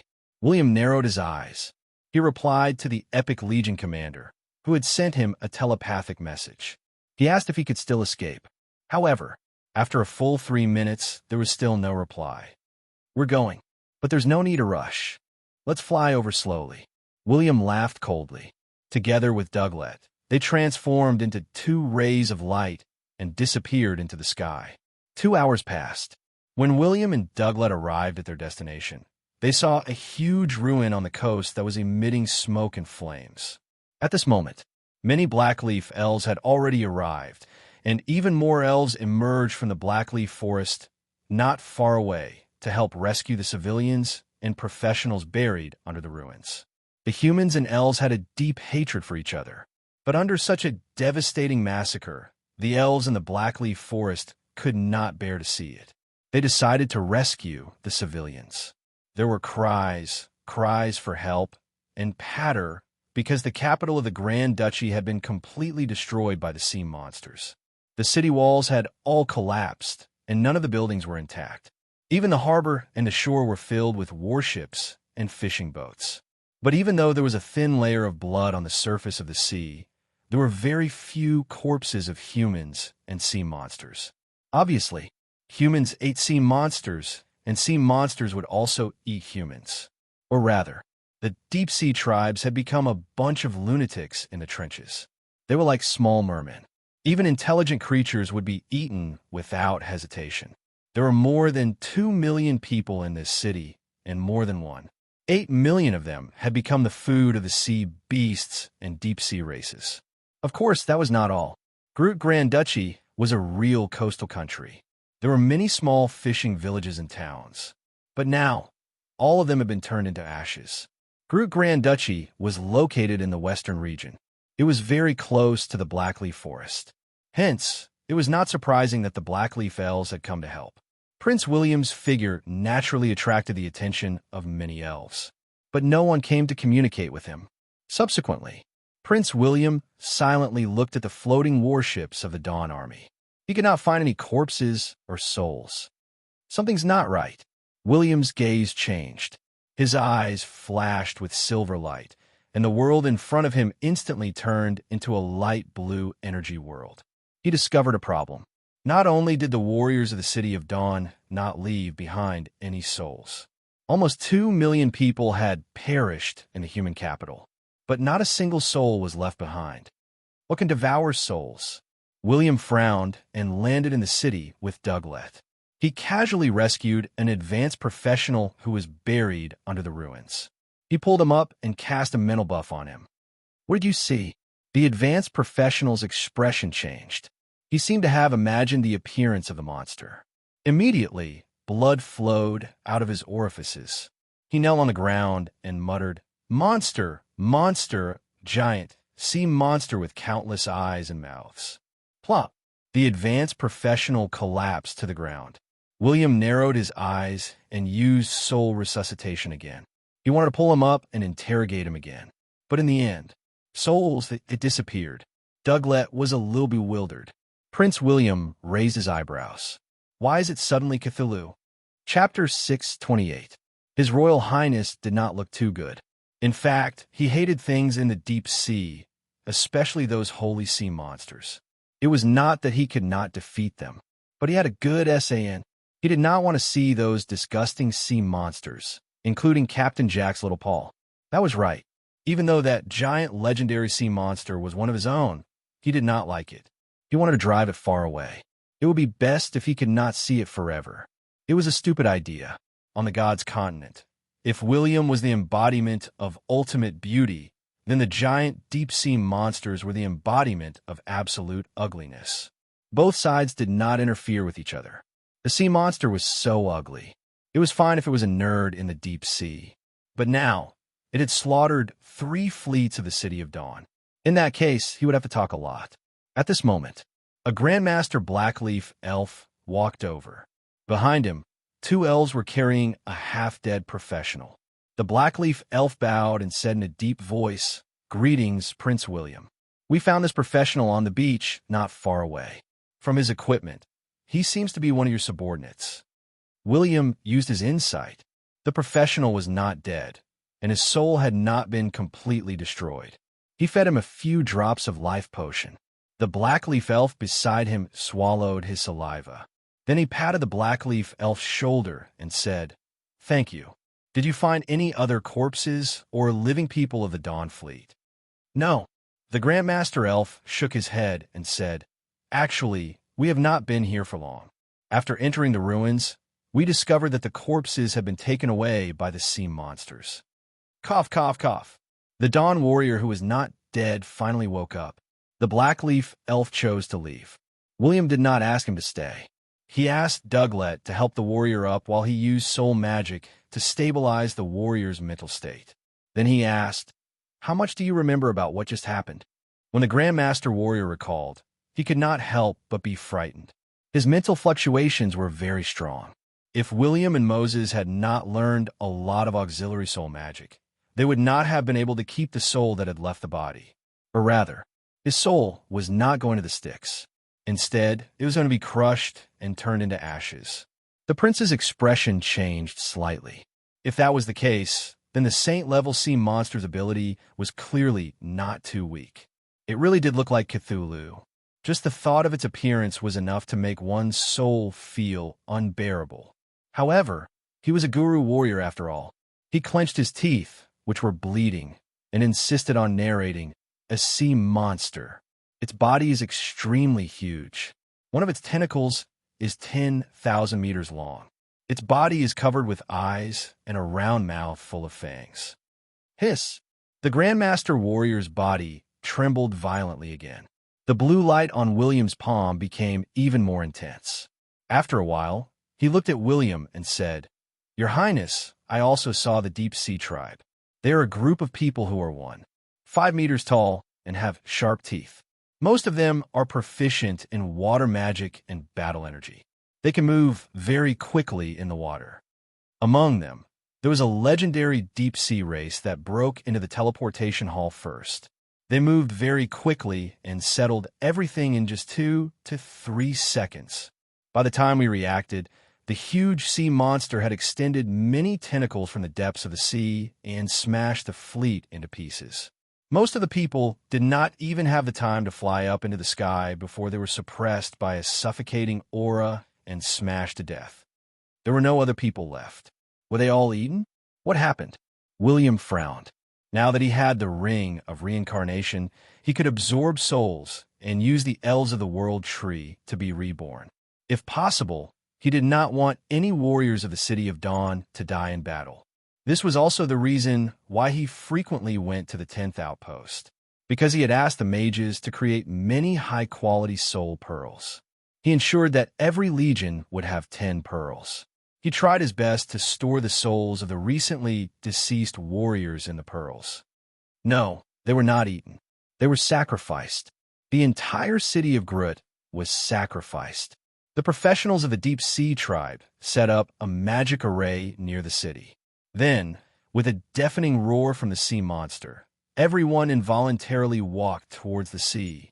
When those people walked into the monster's mouth, their bodies instantly turned into a pool of blood, and their souls were sucked into the monster's mouth. I was lucky. I was just outside the city and managed to escape, but I was still affected by the magic array. I involuntarily walked towards the shore and ran towards the sea monster. But the time of the sacrifice was a little short. Before I was eaten, the monster that crawled out of the deep sea retreated back into the sea. The Grandmaster Warrior recounted the events with lingering fear. William's finger glowed, causing the Grandmaster to fall into a deep sleep. Then he looked at Doglet. Do you know what magic array that is? I don't know. Doglet shook his head. You'll have to ask Moses. But it's more or less a magic array that causes confusion in the minds of living creatures. The key is still the monster's roar. But Your Highness, you'd better be careful. The Deep Sea race is one of the 7 races of the Endless Sea. There are many Saint-level experts in their race, and they have the ability to control Saint-level sea monsters. We shouldn't attack them recklessly. Got it. Bring him back. I'll check the other places. William handed the warrior over to Doglet. He flew up into the sky and looked at the scene on the shore. Without a doubt, that holy-level sea monster must have crawled into the royal city. It was because of its huge body that many buildings collapsed and buried many civilians who had 0 SAN value and wanted to die. But even if they did not die, the after effects were very strong. Even if they woke up, it would be difficult for them to survive. William narrowed his eyes. From the sky, the sea monster was 2 to 3 times the size of Little Paul. In addition, many trees on the periphery of the city had been crushed into pieces. It was enough to prove that when the sea monster was on the surface, including the length of its tentacles, it was about 50,000 meters long. F***ck, it really is a bit big. Prince William cursed under his breath. Why did he not like to face sea monsters? Because these sea monsters had high health points. William only had 700,000 health points. The health points of Sage professionals were only millions or millions. But Sage sea monsters had tens of millions or even hundreds of millions of health points. The difficulty of killing such a sea monster was simply unimaginable. Of course, another way was to drill into the sea monster's body to wreak havoc. After all, the bigger the body, the weaker the mouth. When facing such a huge sea monster, one could just charge in and attack it. But there was a precondition. The brave warrior who dared to charge and had to be blind. Otherwise, one would never know how disgusting the body of a sea monster was. There were barbs in the esophagus, swimming tentacles in the stomach, and various small sea monsters in the intestines that swallowed feces for a second excretion. The surface of the sea monster was like a disgusting tumor. Its internal body was filled with tumors, and thick water was coming out everywhere. In the sea monster's body, one had to endure endless torture every second. In William's previous life, when he was adventuring in the endless sea, he had dashed into the stomach of a legendary sea monster. But after half an hour, he could not bear it anymore. He vomited. Then his vision and sense of smell gradually lost its effect, and he died just like that. He chose to resurrect in the city. He did not intend to continue fighting. If the stomach of a legendary sea monster was so disgusting, then the stomach of a sage sea monster must be even more disgusting. Moreover, the sea monster could affect one's soul. Even a blind man might not be able to withstand it. Therefore, when facing a sage sea monster, unless there was no other way, it was best not to rush into its stomach. It was better to fight it outside.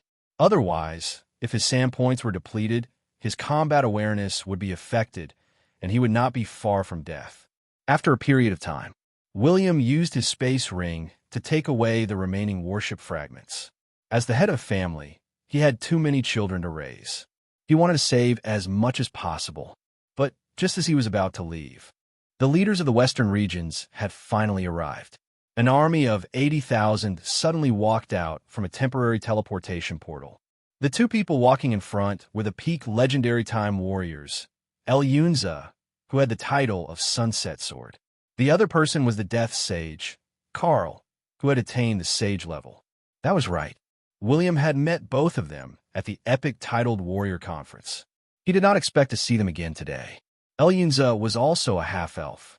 He also had the bloodline of the Elven royal family and the Sunset Empire royal family. He was a super-rich second-generation heir. Of course, he could not compare to a second-generation god like Yunza. When he saw William, he ordered his men to rescue the civilians under the ruins. Then, he and Carl flew over. Lord of the City of Dawn, it seems that you came earlier. Did you discover anything? Yunza frowned as he looked at the city below. This was the Western regions, and all the human countries were affiliated to the Sunset Empire. The deep-sea races dared to do such a thing. They were obviously not afraid of retaliation. William greeted the two of them and told them about the information he knew. Yunza and Carl looked at each other. Yunza sneered. They must have eaten a bear's heart and a leopard's gall. They even dared to sacrifice the Sunset Empire's vassal states. They must be crazy. William gave them thumbs up. I'll give you a thumbs up. How? And when does the Empire intend to kill those bastards? The corners of Yunza's mouth twitched. William was acting like a close friend. Fortunately, Yunza approved of William's looks. After raising William's favorability by 100 to 200 points, he said, "The Empire has only sent the two of us here. The Dark World's outpost is the biggest problem. To be honest, if the situation is as you said, this matter may be left unsettled." Are you serious? The Empire was humiliated by the deep-sea races. What will the Dark World think of you? What will the Frost Empire and Zero War Empire think of you? Even if the City of Dawn knows that the sages of the Empire are fighting in the Dark World, we can't just let this matter go, right? William was shocked. He had just found a shield, but now the deep-sea races were trying to escape. How could the Sunset Empire save face? But Yunza was a legendary expert who had experienced all kinds of things. How could he not know what William was thinking? He sighed bitterly. It's not that the Empire doesn't want to solve this problem, but we really don't have anyone. You know about the Abyss World. That so-called sea monster is not something born in the Endless Sea. William's expression changed. What do you mean? Are you saying that the Endless Sea and the Abyss World are connected? Yunza nodded. Yes, the Abyssal World and the bottom of the Endless Ocean are connected. However, because the passage is full of space-time cracks and the pressure at the bottom of the ocean is too great, very few abyssal creatures can walk out of it. Only a few legendary and holy abyssal monsters can make it out alive. You should know about the lair of the deep-sea races. They occupy the Abyss Trench in the deepest part of the sea. So the sea monster you just described should be an abyss creature. His Royal Highness finally understood. Abyss creature. The sea monsters controlled by the deep-sea races were actually abyss creatures and not real sea monsters. This was not the first time he had encountered abyss creatures. When he had gone to Fallen City to rescue Lancelot, he had gone to the Abyss World with Annie, Blood Armor 3, and the Son of the Blue Moon. They had all encountered such tentacle monsters. William pondered for a while and said in a deep voice, I won't joke with you anymore. Let's work together. I want to teach these bastards a lesson. The warriors of the City of Dawn can't die in vain. Elyunza laughed. You should have said so earlier. I won't waste my time talking to you. This is not a mercenary. It had to be said. The Sunset Empire would definitely take revenge. But they would rather take revenge on the deep-sea races themselves than hire the shameless lord of the City of Dawn. So, cooperation was the best solution. William glanced at the black-robed Carl. He was the death god, the reincarnation of the death god. Moreover, he had reincarnated a whole era earlier. Although he had just stepped into the Sage realm, William obviously wouldn't believe that he hadn't suppressed his realm. Carl seemed to notice William's gaze. He turned his head and removed his hood. He smiled and said, "Why is the Lord of the City of Dawn staring at me? Is he interested in me?" "Ahem, it's a misunderstanding. How do I address you?" William pretended to be ignorant and asked. "Carl, a death warlock sage and battle sage." The latter smiled. William was surprised. He nodded and sighed. "I've heard a lot about you. You have rare endowments, and you're a dual practitioner of combat and magic. If you improve further, you'll be like the legendary death god." "It's all right. I shouldn't be weaker than him," Carl said confidently. He suddenly took a step forward and sniffed at William. The corners of William's mouth twitched. What kind of hobby was that? Did he want to take advantage of William because he was handsome? But before William could say anything, Carl said thoughtfully, "I sense a deathly aura from you. You're cursing me?" William raised his eyebrows. He was about to roll up his sleeves and fight Carl. Did Carl think that he would spoil Carl just because he was the death god? Didn't he know that he had a goddess at home? "No, you've misunderstood. I've only sensed the aura of death from you. In other words, you seem to be secretly controlling a saint or a god of death. You've grasped the source of his soul." The Grim Reaper Carl calmly said what he was thinking. Yunza expressionlessly walked to the side and pretended not to hear him. But he was very surprised. He had not expected the Lord of the City of Dawn to have so many trump cards. If that was the case, the City of Dawn would have at least one more sage. William glanced at Yunza, who had walked far away, and suddenly sneered. "Smell again. Let's see what else you can smell." Carl glanced at him and said, "Odin, you're good. F***ck off. I don't know you." William turned and was about to leave. Carl pondered for 2 seconds. Suddenly, he clenched his fist and threatened William. "Are you sure? You've taken control of my sister's soul origin. Are you sure you want to leave?" Hiss! William inhaled a breath of cold air. What the hell? The death goddess was Carl's sister. Weren't they mortal enemies? Were Carl joking? But Carl said coldly, "From the moment I was born, I knew that the Lord of the Underworld was my opponent. So, I deliberately made her my enemy and infiltrated the Lord of the Underworld as a spy. Otherwise, where do you think a death god like her could have been born? Damn, according to what you said, there must have had 7 or 8 younger brothers." The corners of William's mouth twitched. "Don't talk nonsense. During the mythological era, only she and I were death gods. We weren't as powerful as the thunder god." Carl paused and said again, "Hurry up and remove your soul control over my sister. Otherwise, I'll chop off your head with my sickle and give your body to the goddess as a family heirloom." "Damn, you're so cold and heartless, but I won't remove it. Come on. Slash my neck. You make it sound as if I'm afraid of you." William twisted his head and swung it around, causing Carl to pull out a black scythe. Instantly, the aura of death was thick.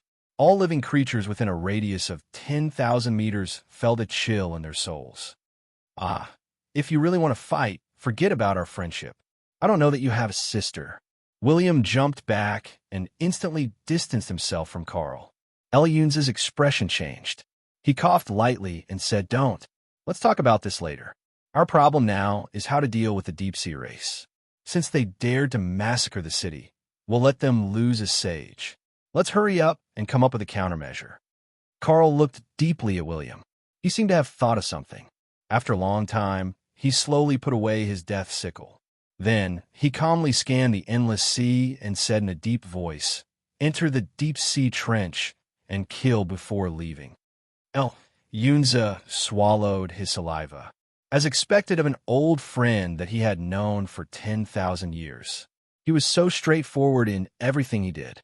However, he was only at the peak of the legendary realm. I'm afraid that I won't be able to come out if I go in. But William raised his eyebrows and said, then let's kill our way in. I believe that with Carl here, the so-called sages of the deep-sea race are nothing. No, they're only qualified to ask about Carl's nonsense. Carl glanced at him.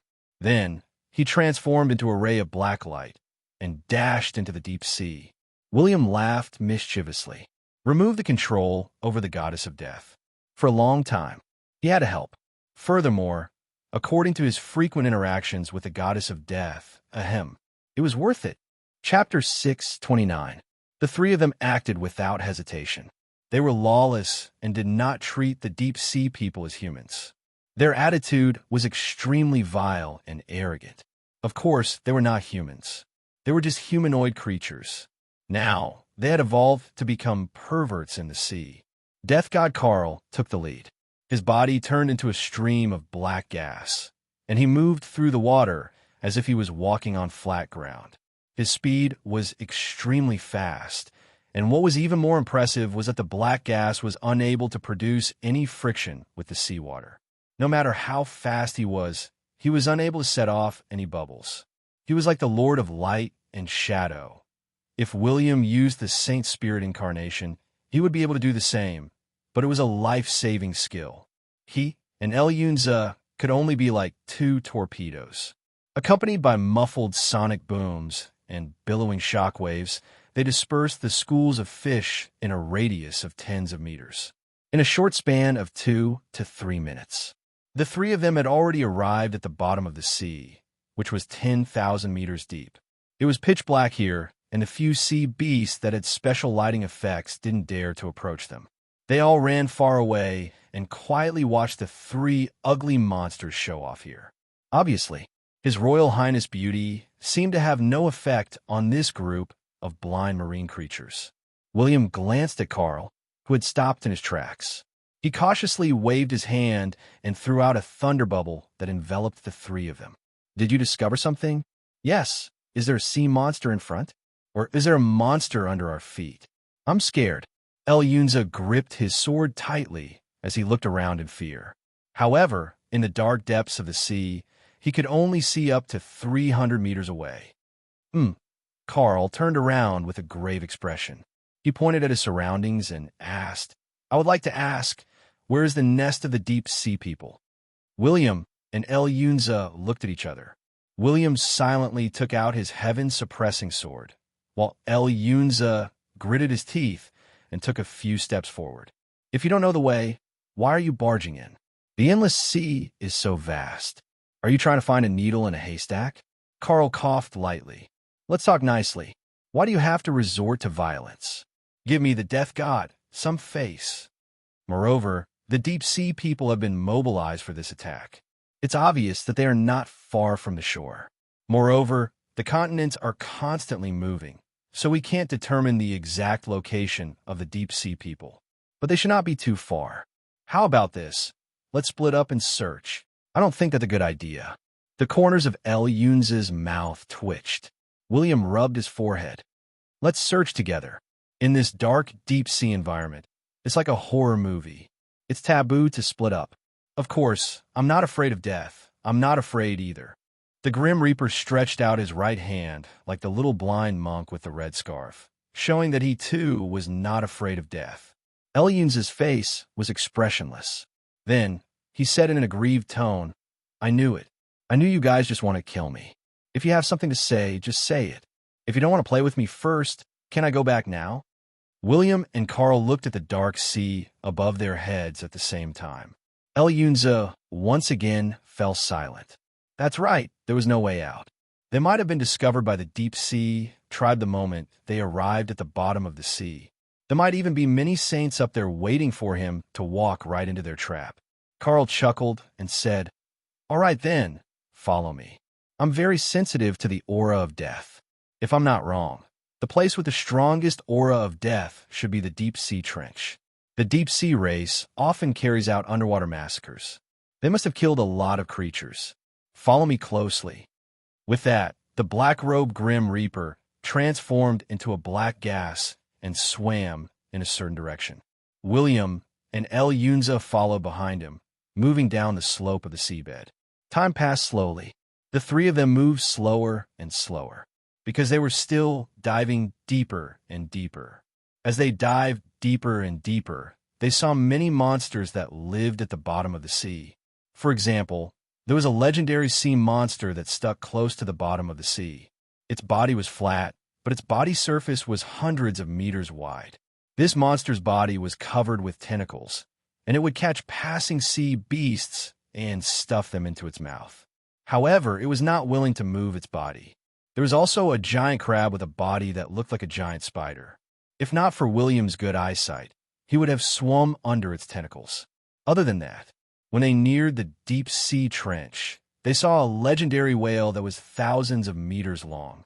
It was covered in blood as it slowly sank into the depths of the trench. It was not dead yet, and the sound waves of its cries traveled far away. However, no other whales dared to come and rescue it. The three of them widened their eyes, because they saw that the back of the whale was filled with the deep-sea race. This whale seemed to be their food. Otherwise, it would be food for the sea monsters. Elyunza could not help but hold his breath. He felt that he was courting death by following them. One of them was a death sage, and the other could unleash the combat power of a sage at any time. Only Elyunza was at the peak of the legendary stage. Even though he was a time mage, he could not unleash his full combat power at the bottom of the sea. But when the three of them neared the bottomless trench, William could feel the intense death aura even without Carl's reminder. At this moment, he finally asked the question in his heart. It is said that the deep-sea race was once a race on the continent. Why were they chased underground? Carl glanced at him. How would I know about this? They are just an unknown race. They are only fit to smell my fart. Elyunza transmitted his voice. Back then, the deep-sea race was an amphibious race. They could live freely on the continent and in the water. They even fought with the small mermen for territory. But their talents and bloodlines were stronger than the small mermen's, and they were more brutal. Lakes, oceans, and rivers were filled with their traces. The small mermen were far from being a match for them, and their lives were very difficult.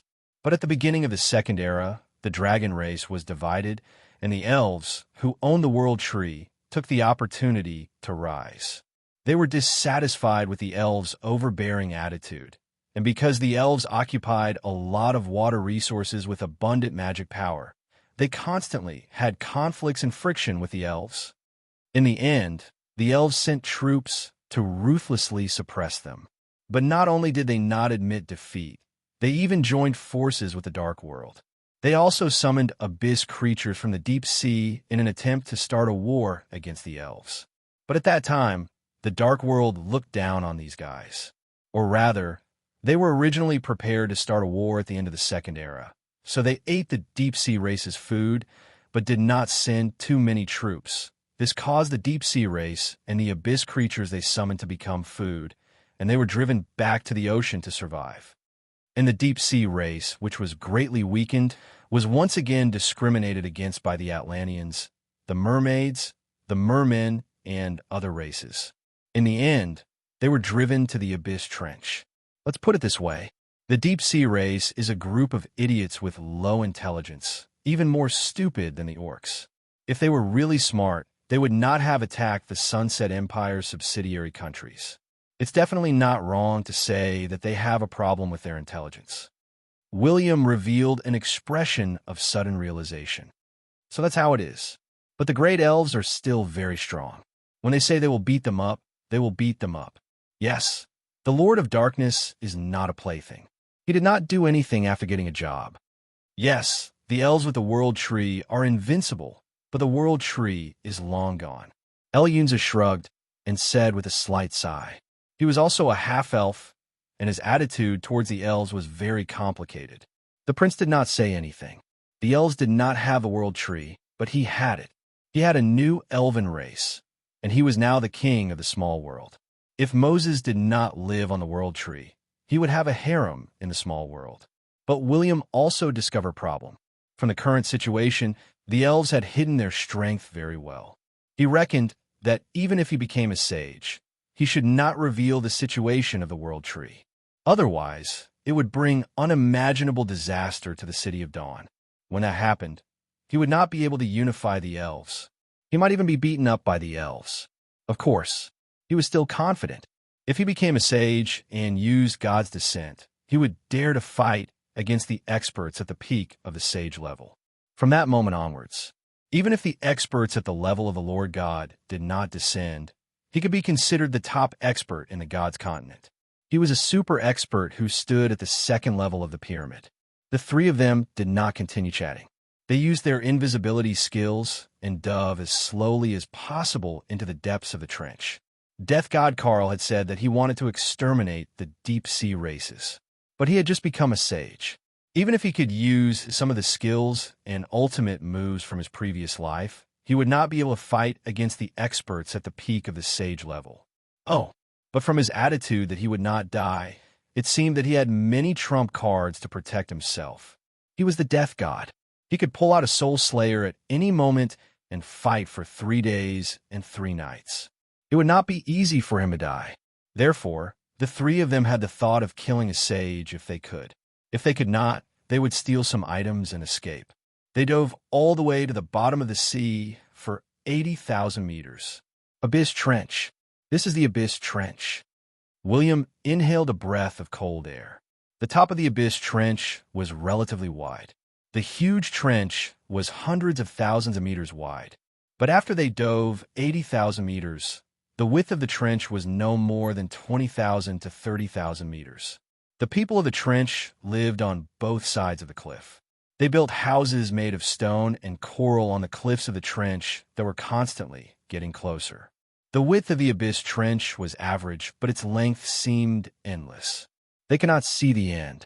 From the densely packed lights, it seemed that there were many deep-sea races. Moreover, there were countless magic lights in the depths of the trench.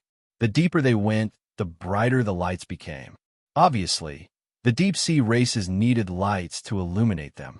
After all, they were amphibious creatures. But this was not the most important thing. William and the others saw giant tentacle monsters that were thousands of meters long wandering in the trench. They coexisted peacefully with the deep-sea races. There were even many deep-sea children playing on the bodies of the giant monsters. Other than that, they seemed to be in charge of cleaning the sediment on the bodies of the sea monsters. They got rid of the shells, seaweed, and some troublesome small fish. These guys are way too close to each other. I even saw a few little fellows of the deep-sea rays fly directly into the mouth of an octopus full of sharp teeth. Aren't they afraid of being swallowed? Yunza swallowed his saliva. He could not imagine what terrifying things were in the vortex-like mouth. Violent water currents swept past. The three of them stuck closely to the wall. A giant octopus that was hundreds of meters long slowly swam past them. At this time, Carl suddenly narrowed his eyes and glanced at Yunza. Stop here. Dig a hole in the wall and hide yourself. The deep-sea races can communicate with the octopus and cuttlefish. More importantly, they can control the abyss monsters. The passage seems to be below. The abyss passage seems to be below. I'll go and take a look. Just as he finished speaking, Carl transformed into a black gas and disappeared before their eyes. William's Eye of Thunder could not detect his whereabouts. Evidently, the deep-sea races would not be able to detect him. William glanced at Yunza and immediately dug a hole for him. He stuffed Yunza into the hole and said, I'll go and take a look. Be careful. Don't go. You can also transform into black gas. The invisibility scroll is not very useful here. It can turn into water. Before Yunza could finish his sentence, William's body began to distort. Finally, he transformed into a 300-meter-long super tentacle monster. The aura of the abyss was very strong. Yunza inhaled a mouthful of seawater and tried not to cough.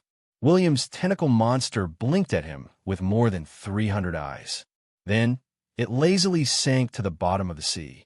Oh my God, what the hell are these two bastards? Yunza cautiously glanced around.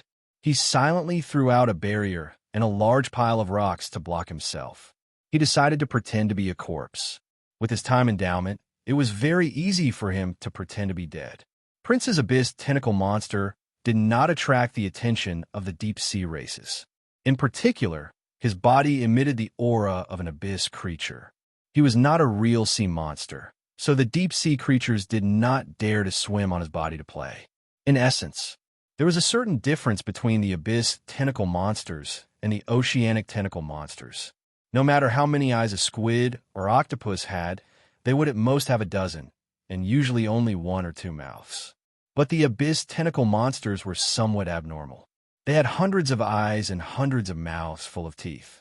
Their bodies were full of tumors that emitted disgusting liquid. Whenever they passed by, they would pollute some water sources. Fortunately, the deep-sea races had a way to deal with this situation. There were many magic formations in the depths of the trenches that could automatically absorb the poisonous and harmful liquid and form it into a mass of substances that could be taken away by the deep-sea races. Oh, this bunch of idiots actually used this venom to smear their weapons. How cunning. In particular, William discovered a rather interesting situation. The oceanic tentacle monsters and the abyss tentacle monsters lived at different depths. The abyss monsters usually moved in the deeper trenches. Under normal circumstances, they rarely appeared in this position. Even when a legendary abyss creature like William wandered here, many oceanic tentacle monsters would make way for him. So William continued to go deeper, until he finally arrived at the deepest part of the trench. There was a building complex here. Any deep-sea race that could survive here was at least a grandmaster. And he also met many companions here, who were also monsters of the abyss. But they looked at each other silently. There was no conversation, communication, or friendship. It seemed that William's god of beauty had lost his charm. After William arrived at this place, he found a remote corner and once again transformed into a small and exquisite deep-sea fish. But at this moment, when he transformed into a deep-sea fish, he attracted the attention of countless abyss creatures. They all wandered over with greedy gazes. Immediately, His Royal Highness crushed an aura-shielding scroll, which calmed the abyssal monsters that were about to rush over. He blinked his dead fish eyes and pondered curiously. As long as they are not abyss creatures or have the aura of the deep-sea race, they will be treated as enemies or food. That seems to be a little tricky. William narrowed his eyes. He shook his fishtail and flew towards a deep-sea race guard. He was not very smart, so he was the best test subject. Then, William spat out a bubble that had the scent of a human. The deep-sea race guard looked at the bubble in astonishment. He stretched out his hand and popped it. At that moment, the scent of a human covered his entire body. The deep-sea race guard's expression changed drastically. But before he could react, an abyss tentacle monster had already stretched out a tentacle and immediately rolled him up. It stuffed him into its mouth and revealed a look of enjoyment. It was the feeling of eating secretly. It was very satisfying. He had long wanted to eat these small creatures, but there was an aura that made him reject them at the same time. A legendary deep-sea race member wandered over. He used some kind of sound wave to say, "What's going on? How'd he get eaten?" "Chief, I don't know." Pooja just popped a bubble, and his body seemed to be filled with an unfamiliar aura. After that, he was eaten. One of the deep-sea tribe warriors started gesticulating. William narrowed his eyes. He could understand what they were saying. He had already planned to deal with these deep-sea race members, so he had specially learned some languages. With the attribute panel, he could learn quickly. The legendary deep-sea race member raised his eyebrows. "I reckon that a marine creature reared by an aristocrat escaped. Just be careful, but if you see it, kill it immediately. These D*Ned fellows know that there are abyss creatures here, but they still rear creatures that make them crazy." "Yes, General." Many deep-sea race members nodded and lazily searched for the marine creature that had probably been eaten. But they obviously did not know that the unknown marine creature was a William brand fish. But when William knew about the situation, he immediately had a plan. He wandered around and spat out bubbles to hide the fish deep underground. He was like a small fish that was about to lay eggs. He wandered around the sea. He was very fast. The frequency of spitting bubbles was also very fast. A full 8 hours passed. William inhaled air from the alternate dimension for more than 800 times.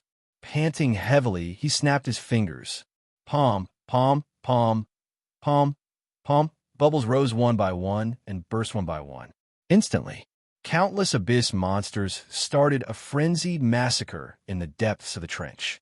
At the same time, he did not know if it was because of him, Death God Carl and a sage deep-sea race member suddenly fought. Oh, it seems like I've tricked someone. But it's good. Let's quickly plunder the treasure vault. William took action again. Chapter 630. As an outstanding socialist successor, William firmly adhered to the basic principle of not wasting things. In order to prevent the rampaging abyss tentacle monsters from wreaking havoc in the entire city and turning it into nothingness, he decided to first collect all the treasures and then let them destroy and burn them. As for the location of the treasure vault, there was no need to ask.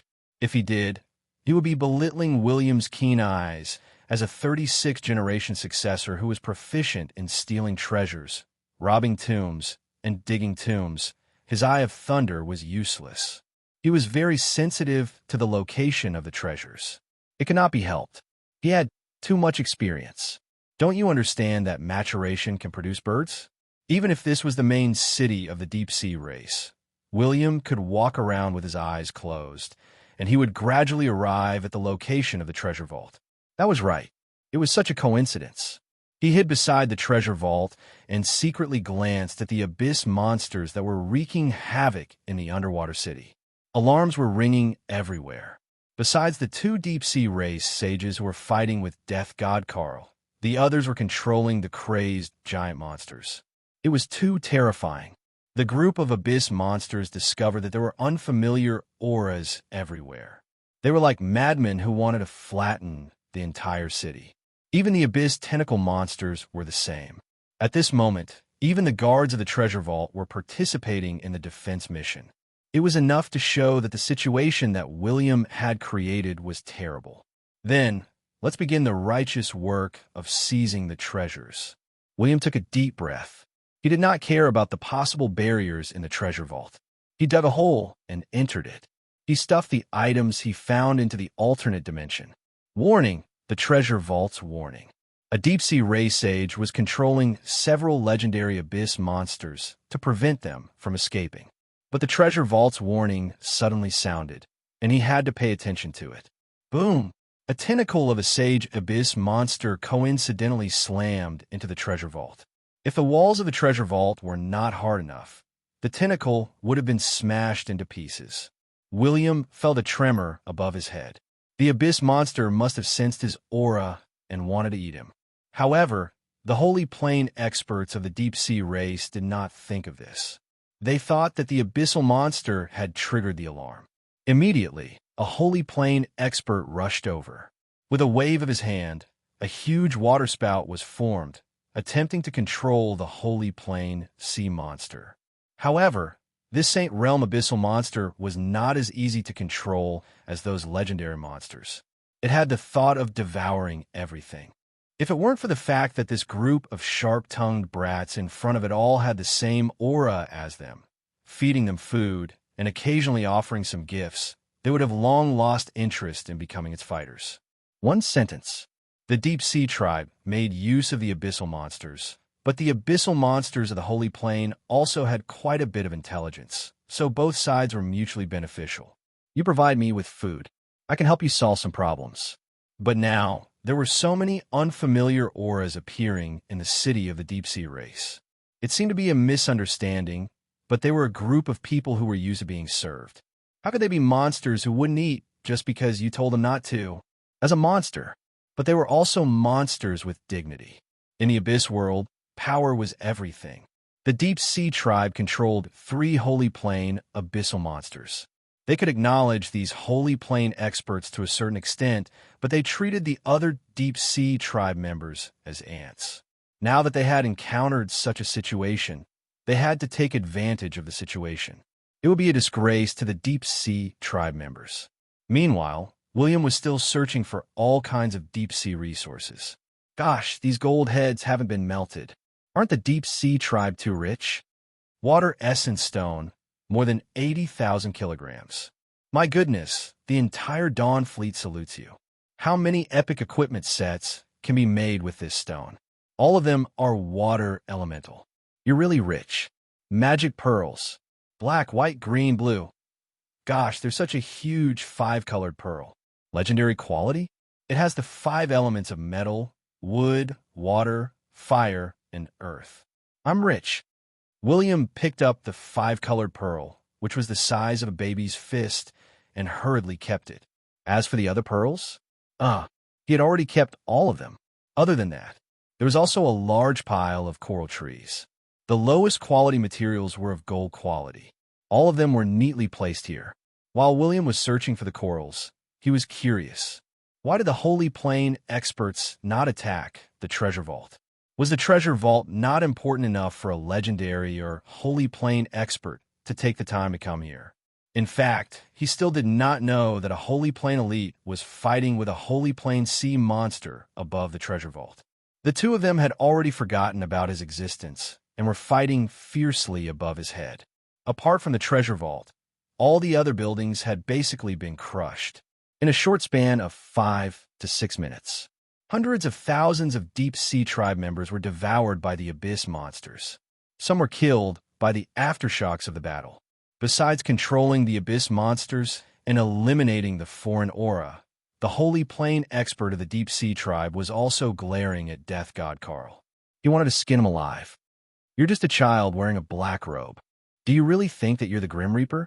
It's your honor to sacrifice a city of the Sunset Empire. You actually dare to come here and cause trouble. You even hurt the Holy Abyss treasure. I think you're tired of living. A sage intermediate-level deep-sea race spoke arrogantly, constantly provoking the little death god who was angry because he took the blame. Hide, hide. If you keep hiding, you won't be able to return today. The Grim Reaper in a black robe shouted angrily. Enough. Subsequently, he decided not to play any more death magic. A 3-meter-long death scythe appeared in his hand. The next second, he turned into a black gas and charged at one person without any form. Not only was his speed fast, but the black gas was also expanding. Like the shadow of the Grim Reaper, it charged at them.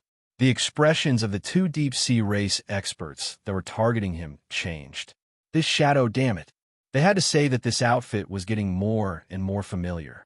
No matter how they looked at it, it looked like the Grim Reaper on the wall of the mythical palace. It was true. It was almost exactly the same. They immediately went all out and used all kinds of techniques, but they couldn't cause any damage to the black gas. They could only watch as the black gas got closer and closer until it came in front of one person. Swish! The black scythe set off waves, and a dull sound spread throughout the entire seabed. A black light tore apart a building that was thousands of meters long. As for the Holy Plane expert who was penetrated by the black light, his body didn't show any signs of injury, but his eyes gradually lost their luster. This was because his soul had been torn apart, turning into bits of soul power. Together with the dissipating death aura, they melted back into the Grim Reaper's body. Fong Kushur, Fong Kushur. Someone pulled his body into an embrace and kept calling his name, but his companion's life aura had completely disappeared.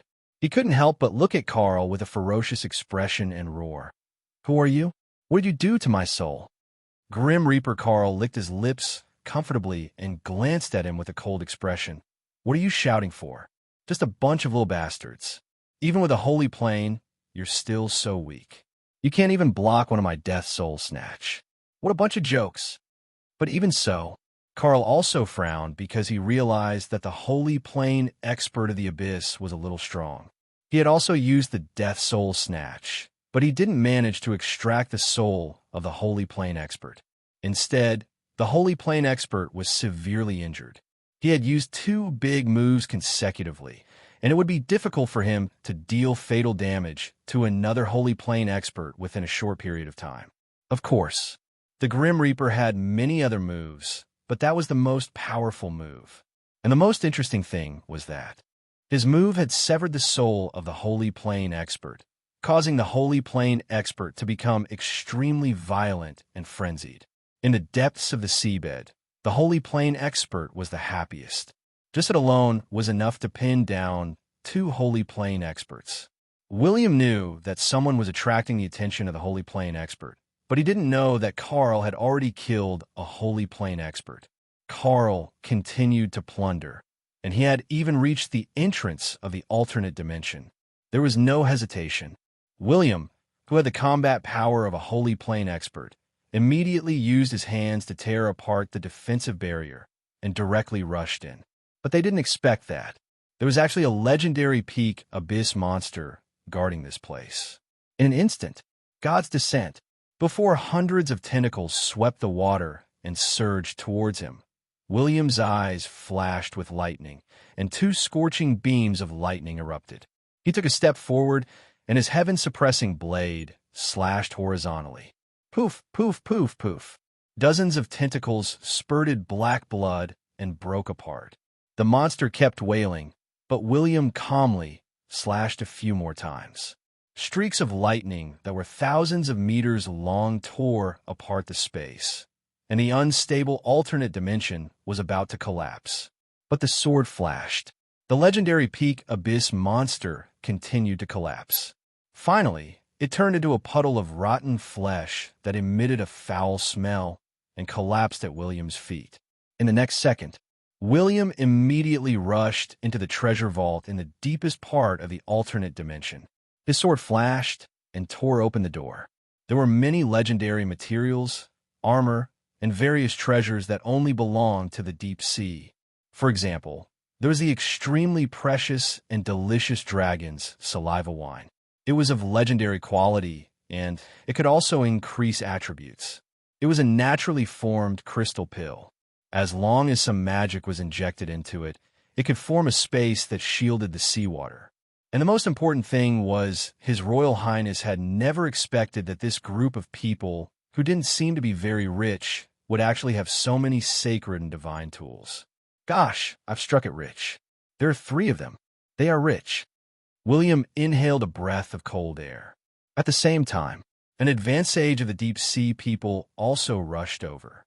He thought that the alarm in the treasure vault had been sounded, but he did not expect that the alternate dimension alarm in the deepest part of the treasure vault had also been triggered. As a result, D*MN, I don't know how long that monster can last. Fumu Shuangwang clenched his fist and slammed open the door of the treasure vault. Just as he was about to rush into the alternate dimension, the handsome William walked out at the same time, and he could not help but smile. D*MN, hand over the items in the treasure vault. Fumu Shuangwang shouted, and the sacred spear in his hand stabbed forward. The space was torn apart, and the spear energy was like a dragon. William was about to make a move, but the heaven-suppressing blade was pierced, and his body was pierced. He was immediately nailed to the wall by the spear. Trash, that's all you have, and you still dare to D*MN? No, this is a substitute. Fumu Shuangwang turned his head in a daze, and only saw a shadow coming out of the treasure vault. When William jumped out, he saw a black shadow coming towards him. Bang! The wall of the treasure vault was heavily damaged again, and cracks spread out like a spider web. This black shadow was none other than Grim Reaper Carl. Now, apart from a big guy with the incomplete soul, the other abyss monsters had been controlled. Now, the underwater city had become a ruin, and there were more than 1 million casualties. If the Dawn Fleet and the Grit Grand Duke had suffered more casualties, but this was the capital of the deep sea people. The millions of people were basically advanced, grandmaster, epic, and even legendary. They had more or less been devoured by the abyss monsters. If they were to compare the casualties, one of the deep sea people was equivalent to 2 of them. Not only had they suffered heavy losses, but many of the abyss monsters had also perished. There were broken corpses everywhere, and the poisonous substances that flowed out of their bodies had corroded the ground. If they were not careful, the capital of the deep sea people would not be able to be rebuilt. Run! There are many experts of the deep sea people. There are 3 advanced sages, 2 intermediate sages, and 4 beginner sages. I can't hold them off any longer. Grim Reaper Carl walked out from the wall, and waves of air exploded from his feet. He suddenly transformed into a rocket and flew straight into the sky. William's expression changed. He did not expect the deep-sea people to have so many sages. He looked at the other sages who were charging at him and transformed into a bolt of lightning that rapidly traversed the sea. Their speed was so fast that it made people's hair stand on end. But in the water, logically speaking, this was the territory of the deep-sea people, and many of the sages were water professionals. Moreover, this was their nest. Many barriers appeared out of thin air, and they continued to reduce their speed of escape. No matter how fast William and Fumu were, they would not be able to penetrate the barriers. But they were the deep-sea people, and they could only awaken water and darkness attributes. William used God's arrival, Odin's possession, and the sacred thunder incarnation. His body transformed into a bolt of golden lightning that pierced through the layers of barriers. Nothing could stop Grim Reaper Carl, who had transformed into black gas. If there were space and time element warlock sages here, it would be possible to stop them. But with just the water and darkness element sages, it would be a little difficult. The abyss was only 80 to 90,000 meters from the surface of the sea. How long would it take for two sage professionals to ascend at full speed? TSK. It would take more than 3 minutes, and this was after considering the friction of the sea. William was an outstanding youth of the Third Era, and he had done a lot of research on the physical reactions of water conduction. His speed quickly surpassed that of Grim Reaper Carl, leaving behind a pair of dumbfounded eyes. They were running for their lives. As long as they were not the slowest ones, they would definitely be safer. As expected, the sages of the deep-sea people could not catch up to William, so they locked their gazes on Carl. Grim Reaper gulped and hurriedly shouted, "Don't run. Quickly join forces with me. These sages are going to use a combined forbidden skill. Quick!" William's expression changed. A sage combined forbidden skill?